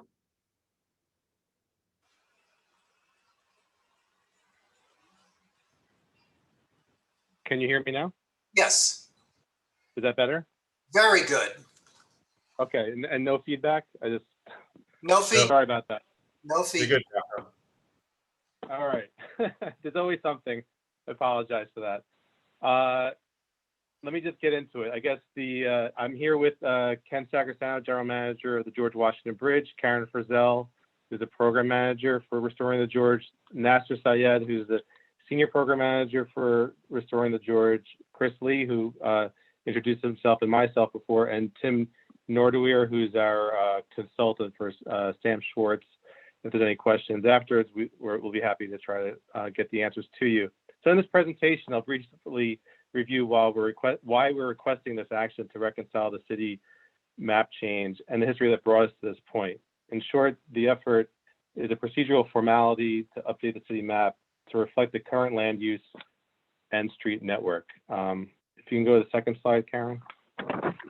So this is on the right, you'll see a scanned image of the original map that was approved by the City of New York, GWB 4-57 in 1957, and a Board of Estimate Resolution, the BOE, which is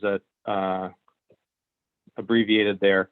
So the plan is shown and was approved by the city in 1957, includes the ramps to and from the George Washington Bridge as part of the lower level expansion, and is now the subject of the mapping action that is before you. The Board of Estimate provided for the transfer of air rights over the expressway from Wadsworth to Audubon, and other such rights required to affect the map shown on the right, with no additional consideration contemplated between the parties. The maps were constructed after 1957, as we're all aware. There was no formal property transfer, and the Port Authority has maintained the subject area since 1957. And today we're here to talk about, completing the process that wasn't finished in 1957. And there's a small area which I'll detail later about a little piece of land to called the Haven Avenue turnaround. They'll be ceded from the Port Authority to the city. Even though neither the city nor the Port Authority have, so the key thing also about this is that this is about records that we don't have from 1957. There are Board of Estimate resolutions, but we haven't located any of these formal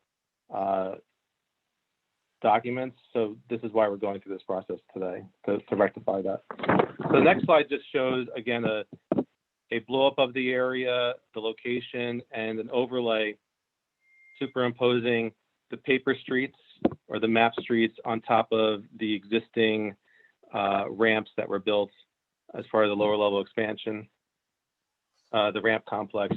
And this is really, and I guess the question was earlier before, how is it related to 178th and 179th Street? We're doing a ramp project to a rehabilitation project to rehabilitate the ramps coming from 178th, 179th Street to the approaches to the George Washington Bridge. And this also includes, and you'll see it in a later slide, the ADA pedestrian bicycle ramps that we're also building as part of that contract. And that's pretty much the impetus for this effort. Next slide, please, Karen. This is just, again, the same area in question now with the black dashed highlight superimposed on the tax map for reference. Next slide.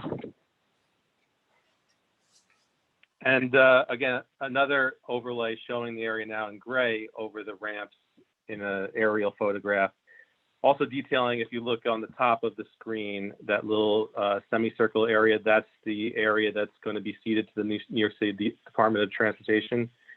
But basically, it's a cleanup of the city map, discontinues and closes the mapped unbuilt paper streets, and establishes a Haven Avenue turnaround, which exists today.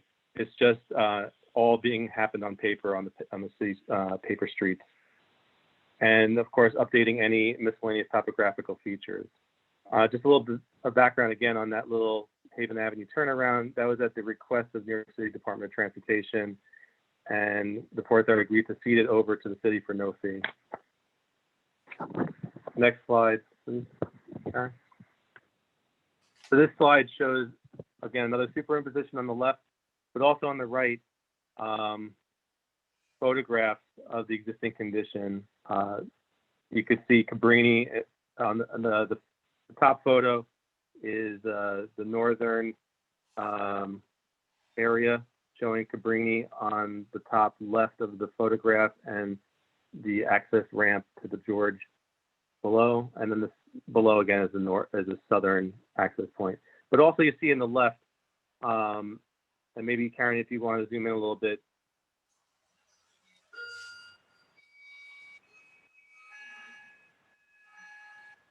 So you'll see shown also superimposed are the new PED bicycle ADA access that are currently in construction now. And as you can see, they're passing in and out through the paper streets.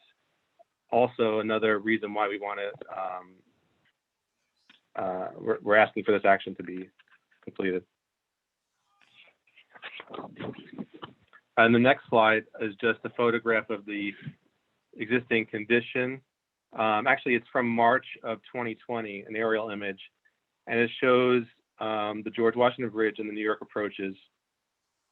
And you can actually see on the right, from around 180th Street in Cabrini, the new northern access sidewalk, viewing platforms and plaza that we're constructing.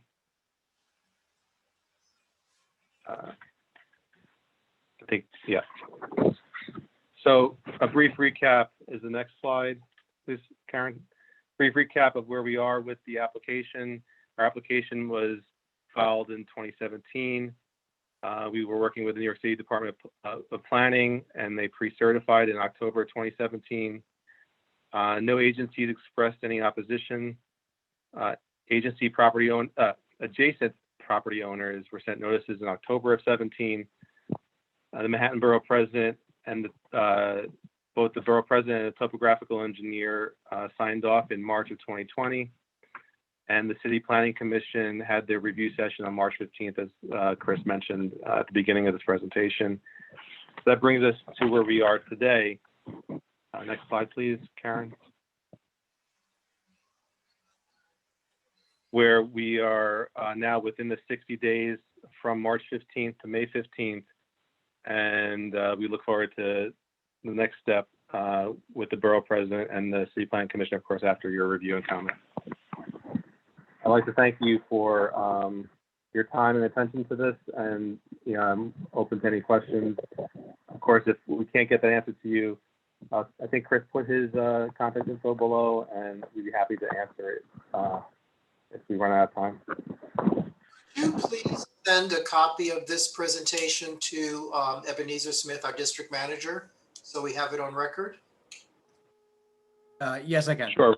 Okay, and if I see a couple hands, if I were to recap what you just presented, it sounds like on paper, 178th parts of 178th and 179th Street exist, but in reality, those sections are covered by the ramps to and from the bridge. And what we're doing is we're reconciling reality with, what is, basically, paper streets that don't exist and haven't existed since I was born. So correct. Actually, I think it's slide 6, Karen, is probably shows almost everything in a nutshell right there. Exactly how you recapped it for me. All right. So the only thing I don't understand, or what it looks like, is the Haven Avenue turnaround. Mm-hmm. What is that really? There's an existing cul-de-sac there. And it was a request from the city DOT. If you're going to fix the map, can you fix this piece? Because it was in our, I guess it was part of our property. Actually, Karen, if you could zoom in. And Tim, if you want to add anything, or Ken Sagerson, if you want to add. Oh yeah, this is a better one. Thank you, Karen. You see the lot that's in yellow where the little semicircle is coming out of it. Okay. That's our property. And so now it's going to. our property. Okay. Yeah, it already exists. There's going to be no change down there at all. All we're going to do is we're going to convey that quote unquote paper street and have it mapped and convey that parcel of property to the city for no fee. Okay. I see Jim, Steve, but in the first hand I saw actually was Debbie's. And I'm wondering if TNT has discussed this in the past. We have not, and when you just asked, my question was, I was trying to understand what the Haven turnaround was. I had forgotten. So that's just right as you get on the highway. Correct. Oh, okay. I get it. So that's yours, and now it's going to be DOT. Just that Correct. little part where you can flip around the like planted flowers and stuff. Yep. Yes. Yeah. Got it. All right. That's it. Thanks. Jim? I agree. I believe I will move that we support this effort of the Port Authority. I think if they're giving DOT this piece of property, that I suppose they're happier to have DOT maintain it also. But the other thing is paper streets where on some of you can't even build on these things. They have to be removed, and and again, this is mainly paperwork to clean up what's sort of an administrative mess or leftovers or whatever. So again, I propose that we support this. Yeah, there are some paper streets that are actually underwater. Steve, I see your hand. Yeah, I'm just wondering whether to be accurate, we should be saying that the DMAP streets that we're referring to include 180th Street as well as Haven Avenue. And it looks like it's not just 178 and 179. Well, what is actually stated in the ULURP application? Does it just refer to 178th and 179th, or is it 178th, 179th, 180th parts of Haven? So Tim, can you correct me? I think that the project is called the rehabilitation of 178th, 179th streets because of the ramps to 178th to 179th. The actual application is more detailed, right, Tim? Yes, that is correct. Hi, everybody. This is Tim Norder. We're here with Sam Schwartz. The actual demapping includes a piece of Haven Avenue, both above and below the TME. And does it also include a piece of 180th? Yes. Yes. Yes. I would read the title. The title's very long. It's Here, I could read you the official title here. It's, we prepared a map showing the elimination of West 178th Street and West 180th Street between Haven Avenue and Cabrini Boulevard, and West 179th Street between the westerly end of West 179th Street and Cabrini Boulevard, and Haven Avenue between West 177th Street and West 178th Street, and Haven Avenue between West 179th Street and West 180th Street, and a portion of West 177th Street at its intersection with Haven Avenue, and widening a portion of Haven Avenue for the establishment of a turnaround south of West 181st Street, and the adjustment of legal grades, roadway treatment, and block dimensions necessitated thereby. That's a little longer, but it's long. So it's comprehensive. But it's so poetic. Kind as to email that to Ebenezer, and if you have, I think someone at Port Authority has my email address. If you send it to us this way, we can, very accurately cite, what's being demapped.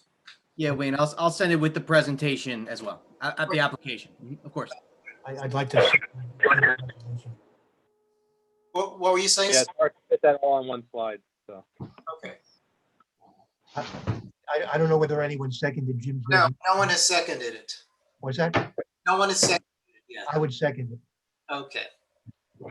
So it's moved by Jim, second by Steve. Is there further discussion from the committee? Hearing none. Those in favor, if you could please raise your hand digitally.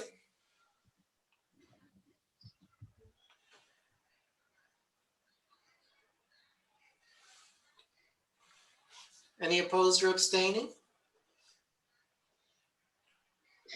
Moving to board members present, that would be Debbie. In favor, thank you. And then, so if folks can put their hands down, if we go to attendees, members of the public who would like to vote, once again, I see Brian and I see Carlos. Those in favor, if you could raise your hand. Opposed or abstaining? Okay. Thank you. Well, Wayne, Yes? I believe that in the presentation, they said that we needed to get our comments in by May the 15th. Is that what it said? Because how did we? Well, so that is actually, I posed that question to the office to bring to them some time ago. And the question is, what is the drop dead date for us to give you comments? Because as you know, with community boards, the committee vote is not official until it goes to the full board, and the full board doesn't meet until the 4th Tuesday of this month. So do we have until the end of the month? Or if we have to do it by the 15th, it has to go to the executive. I mean, the way we understand it is that you have until the 15th of May, which is 60 days after the certification by city planning. We could call city planning and let them know that we've briefed you. Yeah. And that a letter is coming, maybe something along those lines. Yeah, I mean, Ebenezer, did you have any conversations with anyone pursuant to my inquiry? No, I did not. I will need to follow up with them. Well, I mean, we have them now, so this is the point, for both city planning and for Port Authority. If I could interject, the executive committee is also after the 15th. Yeah, and that's the problem. So therefore, what would have to happen administratively, and it's just a matter of talking to Eli, is the chair himself can support this resolution on behalf of the board, since the executive committee cannot meet in a timely manner. And then this would have to be ratified at the next general meeting, but we could certainly get our comments in before the 15th using the procedure I just mentioned. Yes, but it will also be great if we could hear back from, city planning or whomever, if in fact we could have a grace period, since I did raise this when it first came out, Yeah, but in my experience, they're not big on grace periods, and I don't believe them. I think we're much better off getting it in under the Yeah, I deadline. appreciate that. I would like to have some feedback from our folks at city planning, particularly since I raised the question like 2 weeks ago. I can weigh in. So, this is sounding somewhat similar to what we had happened with the zoning for coastal resiliency. And I do apologize just because of the nature of this city map change action. You know, there's kind of different people at city planning involved. So I'm not sure I saw your note from 2 weeks ago, but we, unfortunately, we can't allow grace periods for full EULA applications, as that's the timeframes are predetermined. But similar to what we did with zoning for coastal resiliency, the City Planning Commission will accept and review any recommendation prior to this project coming back for a public hearing. Of course, we'd love to keep everything within the certification timeframes, which is why Ryan and I are working really hard to ensure we're getting those other text amendments to you within the timeframe, so we can get those recommendations in on time. So I think it's really up to the board, because like we went through with zoning for coastal resiliency, it does have a little bit, it will be considered, you know, an unofficial recommendation as is outside the EULA timeframe. How that plays out in practicality is not very dissimilar to an on-time recommendation, and that the commission will still be interested to hear what the committee board has to say.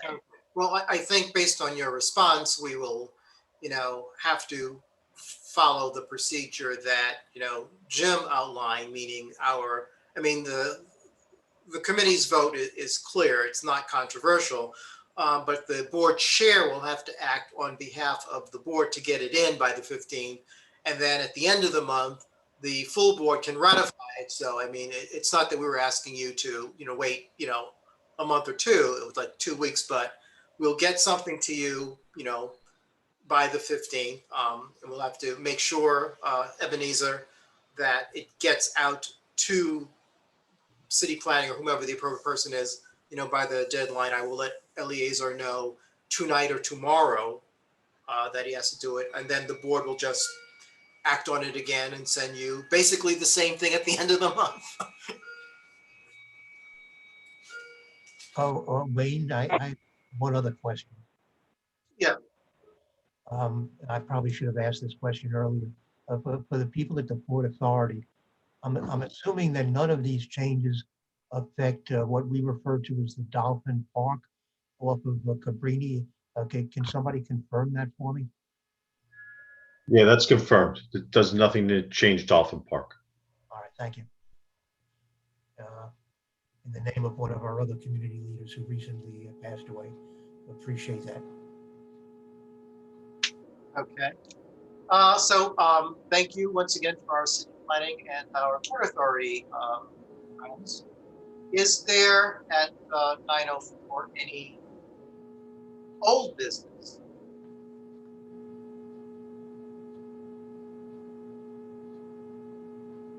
I think we're not. Is there any new business? I believe there was someone who wanted to share something with us. There's a lot of noise. I can't hear. Yeah, Steve, you need to mute yourself.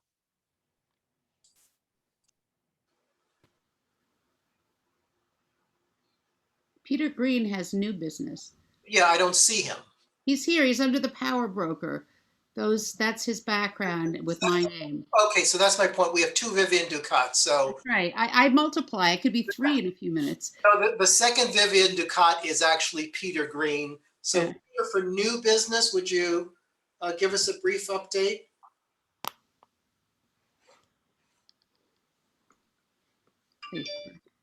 Can you unmute?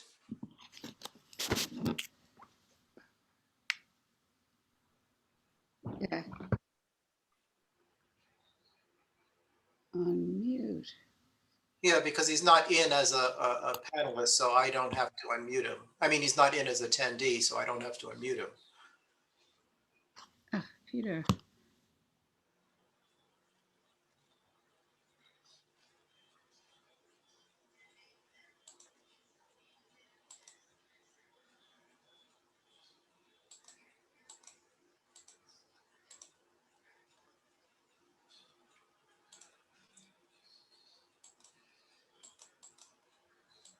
Yeah, I'm not able to unmute him because it's like you're being in here twice, Vivian. I don't know how that's working.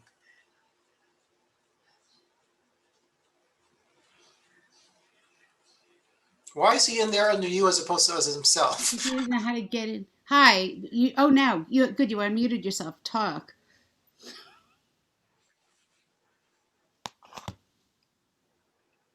I'm sorry, you're asking me to chime in?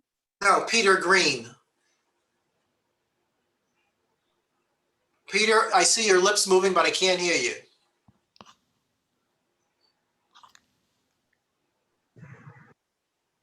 Can you hear me now? Yes, yes. Okay.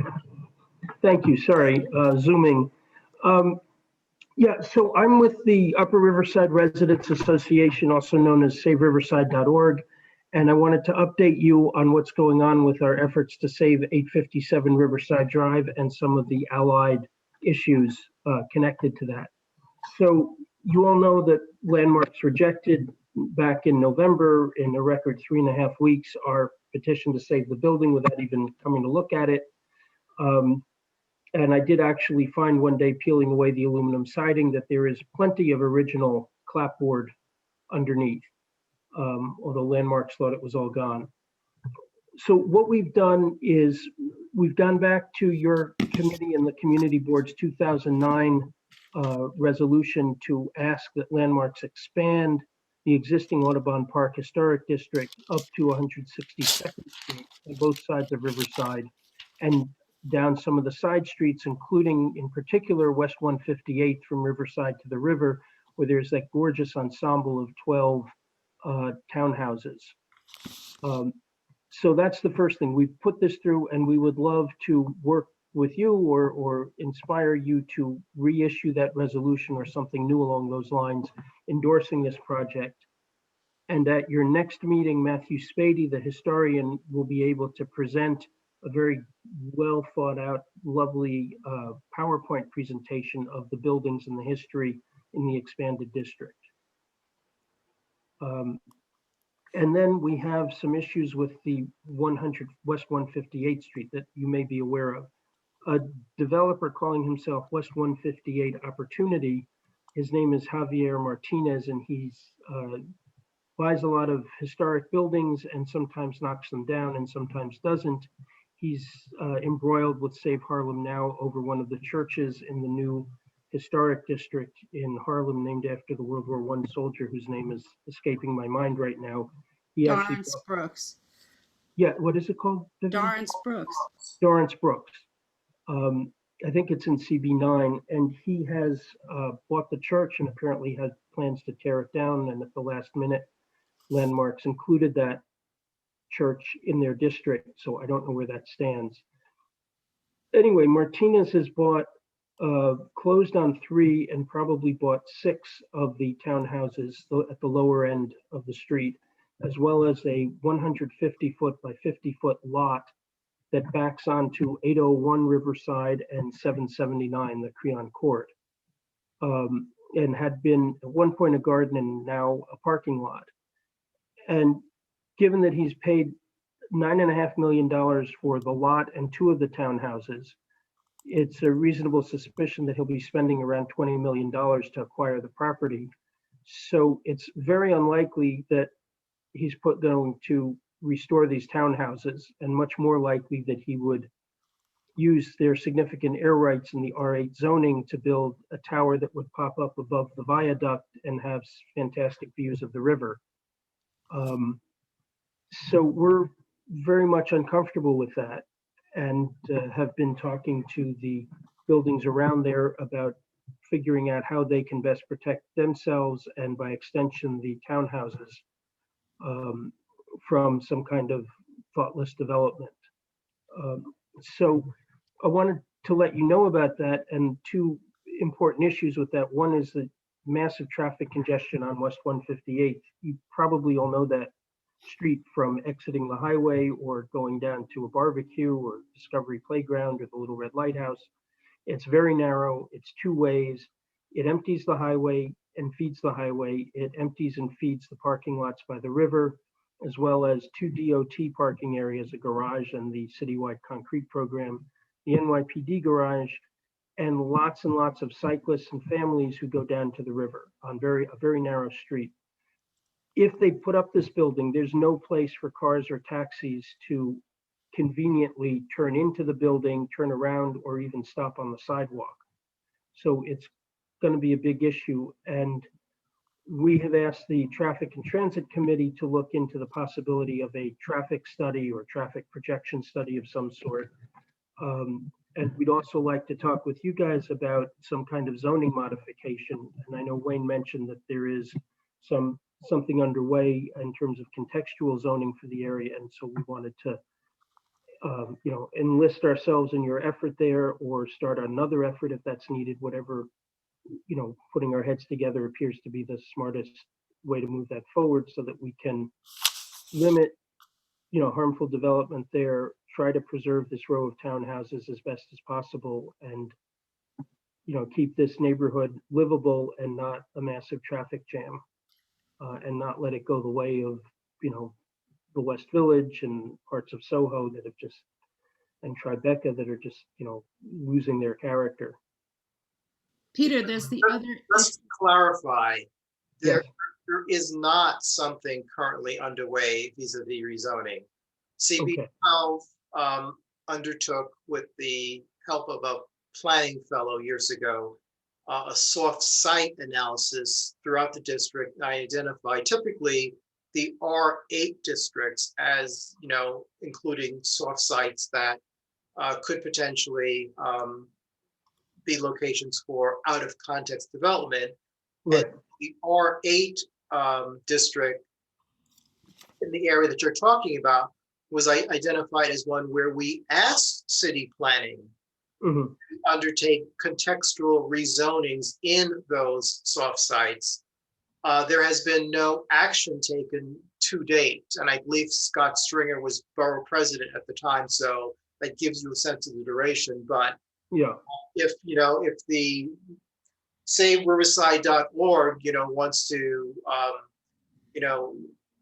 reiterate or suggest that Community Board 12, once again, raise the point of the findings from the soft site, analysis, and the desire for, in those areas where soft sites were identified, for contextual zoning to address it. I think that's something we could discuss clearly, in more detail at the next meeting, because the logic of it remains,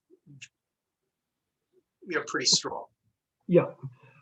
So we're happy to do, as volunteers, and draw on whatever resources we can get to add to us. Maybe we can find a fellow at one of the universities who would, work with us, or get some grant money to hire a fellow for, some time to help prepare something. But we're happy to. Already done.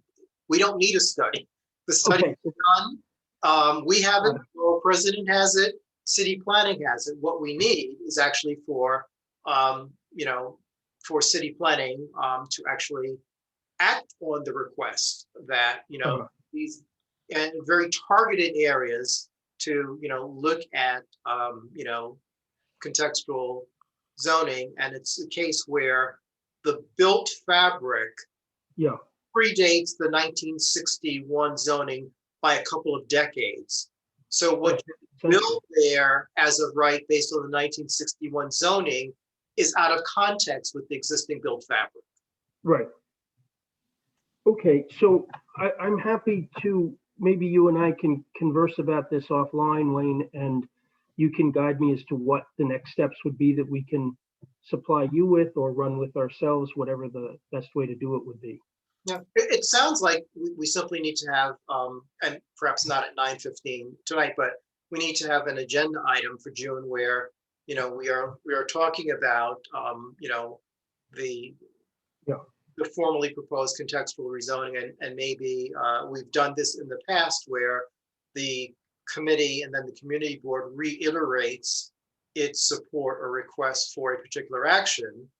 It sounds like, and I see that we have our city planning reps still with us, although they were not around when this actually came through, but the soft site analysis and the resultant requests for contextual zoning in those soft sites, it sounds like this is a topic for the committee to discuss in June, and potentially to issue a resolution, reiterating the prior request. Sounds great. Are you in Bath, by the way? Actually, I am. Wow. Then, beautiful city. Peter, Yes. can you talk about the structural issues with 801 and the wall? Yeah. So there are retaining walls that support both 779 Riverside and 801 Riverside. When Lafayette Boulevard was leveled off to the viaduct, leveled off and then the viaduct was built before it became Upper Riverside Drive.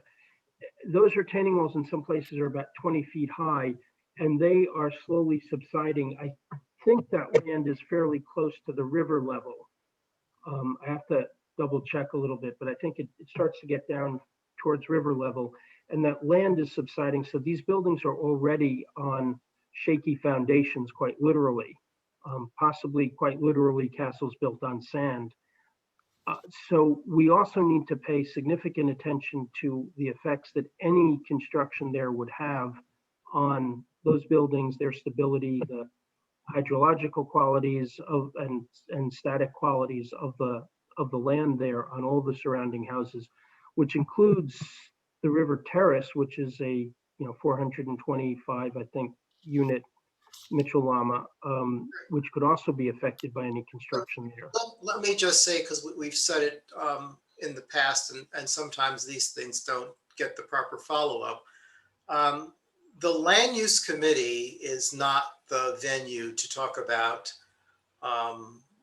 the structural condition of the retaining wall. If there are real concerns about the structural condition of a retaining wall, and in years past we've had some collapses, it should be brought probably directly to the attention of the building department. Yeah. And I would say it's not a committee matter. Go directly to the district manager, Ebenezer Smith, identify the locations. The district manager has what's called district cabinet meetings, with various city agencies. It needs to be brought directly and immediately to the attention of the agencies having jurisdiction, so they can inspect it and determine if there are corrective actions needed. Okay, we have an engineer who did a study which yeah, but my point is that's not the approach. If there are real concerns about structural stability, immediately bring it to the attention of the city agencies having jurisdiction. Right. So I'm saying the engineer is going to look and tell us if there are real concerns, rather than simply me looking at some crumbling gravel. Yeah, but even then, they need to make sure, because sometimes, and what I find troubling is when a development is proposed, and we had this, further north in the Heights, people are concerned that, the vibration from the rock is going to impact the foundation or whatever. And, all of the basements have cracked foundation walls. And I remember saying to someone that if that's really the case, then tomorrow we need to have the building department come in, inspect the buildings, and potentially ask people to vacate them. Right. Is it really an issue with stability, or are you throwing spaghetti against the wall to see what sticks because you don't want a particular development to move forward? We've had issues with retaining walls collapsing on, this is the one near Castle Village. So it can happen. And if that's the case, we need to bring it to the attention of the agency having jurisdiction so they can jump on it and we can make sure they do their duty. Yeah, that's why I don't know the details of it, but that's why we're bringing in an engineer to look at it first and say, these are issues and they need to be seen by DOB, or these are fine now, but vibration would cause X, Y, Z. And so we can, be clear where it stands. Okay. When bringing to DOB. And then the last piece, which is also, I believe, up your alley, it's a bit of traffic and transportation, but also of yours. As you go down West 158th Street, there's an alley to the south behind the DOT parking lot where they keep the concrete trucks now and what used to be the bicycle safety school. Yeah, That alley was once mapped to the city. It's now not mapped to the city. It was at one point called Audubon Alley, I believe. Audubon Lane, Audubon Lane, and it belongs to River the Terrace. River Terrace, yeah. We've which heard in the past that it was never mapped to the city, that it was always a private lane. it's interesting because the Zola map now seems to show the first 100 feet of it as mapped to the city. But we'll have to see. Right. Um, But what is the question about that? Because if it's a map street or not, that does sound like a TNT issue. Yeah, and I don't know if that comes into your area or not, but in terms of how permitting would happen for the construction here, that another issue in terms of permitting any construction that would happen there would have to take into account access to the site during construction. And that may be more TNT, or that may be Well, fall but under. access to, I mean, if you didn't have the alley, you'd have access to the site from, the street and the sidewalk. So the question then becomes, what's the real issue with the alley? Yeah, I don't know. These are things we're investigating now, and I just wanted to let you know that these things are out there so that if we find something out in a month, you're not blindsided.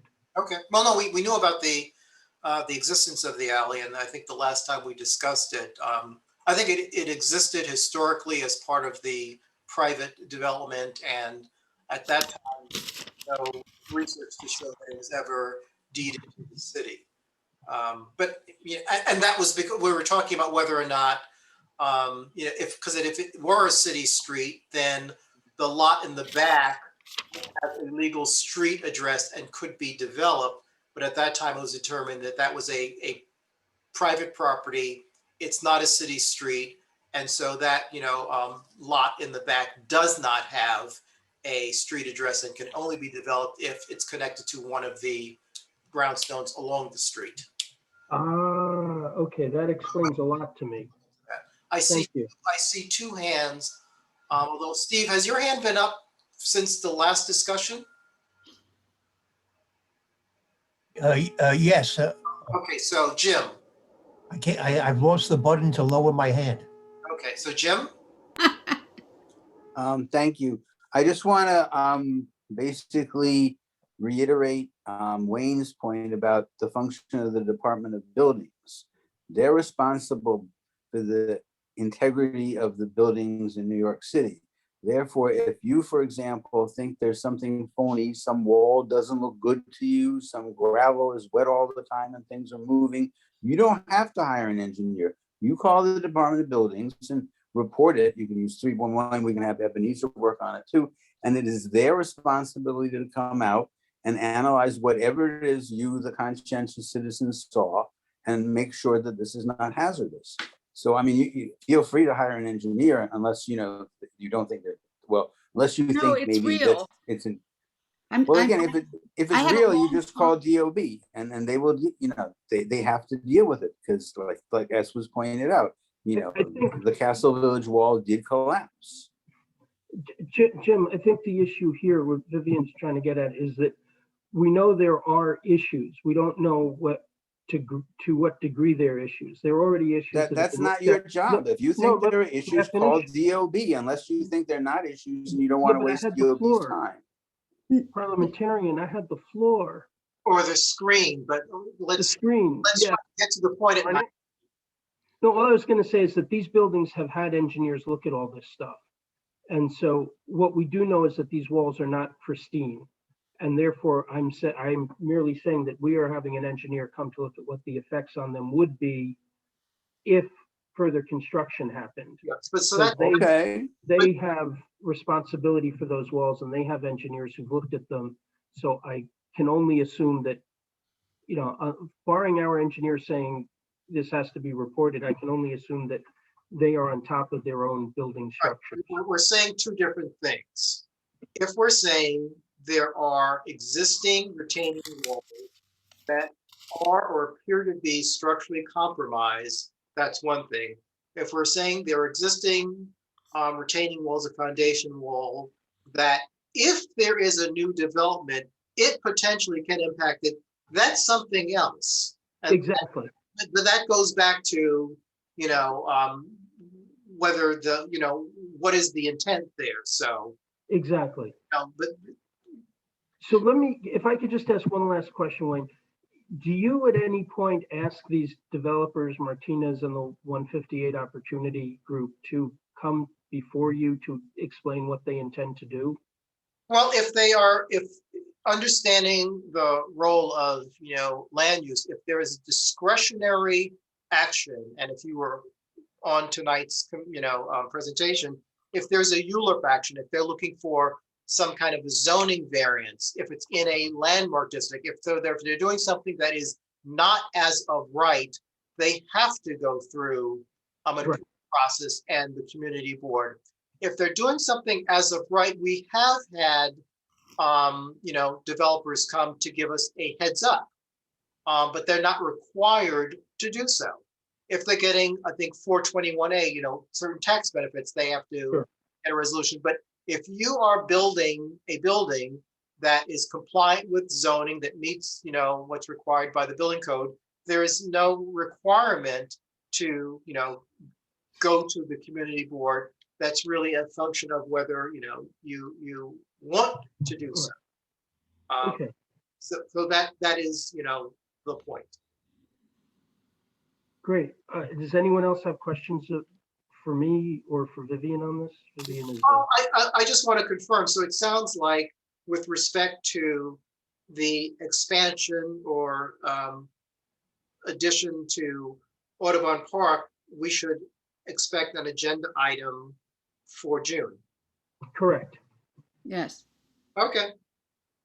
It's about a 20-minute presentation by Matthew. Yeah, but I would say we need to be somewhat more focused at times, not necessarily, the detailed history. Because when 20 minutes, if it's a 20-minute presentation, understand that we're going to have questions about it that we can direct. The point is, when CB12 supported Audubon Park in 2009, we already asked for either an expansion or an adjacent one covering the exact area that you're talking about. And in our 2007 planning study, there's which actually predates the designation of Audubon Park. There's a map that showed what we recommended. So to some extent, what you guys are talking about is once again reiterating what we've already asked for. We know Exactly. So but I'm saying that, to some extent, you might want to wrap that in. And, sometimes the presentations get, really long. And I would say, let's hit the critical things that are architecturally and culturally significant, but also add into that the fact that it's building upon, work that the community board has done, in the past. So there's a lot of consistency over the years, focusing on the same areas. Okay. What would be an ideal length then for the presentation? I'm simply saying, just be mindful. Matthew knows. Yeah, but just be mindful that if you have a 20 or 30-minute presentation, it probably gets to be twice as long once you get into dialogue. Of course. Consider the dialogue when you're thinking about your time frame. Of course. All right. Well, thank you, everybody. I really appreciate this. You're quite welcome. Wayne, I now have a question. Steve? Are you saying that when we supported the expansion of the historic district, that we supported having it go all the way to 162nd Street on both sides of Riverside Drive? Yeah, we specifically said that it go from 158th, I believe, to 160th or 162nd. I don't recall, but we can look in the upper and lower drives. But 2 years before that, when we were working on the planning study, when LPC asked us to suggest boundaries, because as they pointed out, one of the hardest things they do when looking at historic districts is to establish the boundaries, because once you establish the boundaries, you can take things out, but you can't put them in. And so and at that time, remember, the proposal for Audubon Park did not include your side of the street, Steve. It only included the side of the street with like 790 and 800. And we said, no, it should be both sides of Riverside, and it should continue on the upper and lower drive, basically where the drive comes back down grade to meet Riverside. So there's a map that shows that, and it's actually in our 2007 planning study. I don't remember going that far. Okay. Yeah, I will send you the reference material. Actually, I believe I sent it to Vivian and Steve a couple weeks ago. I just happened to come across it because I was looking for something else. So yeah, but my point is what the Save Riverside, what they're looking at in 2021 was suggested in 2007 and in 2009. That's already been written into Matthew's presentation. Yep. Okay. Is there a motion to adjourn? Vivian's ghost will post it if that's possible. Yes, I move motion we to, adjourn. I'll second. that. Okay, fine, or vice versa. We are adjourned at 9:32. Have a wonderful evening, all. Bye-bye. You too. Bye. I know.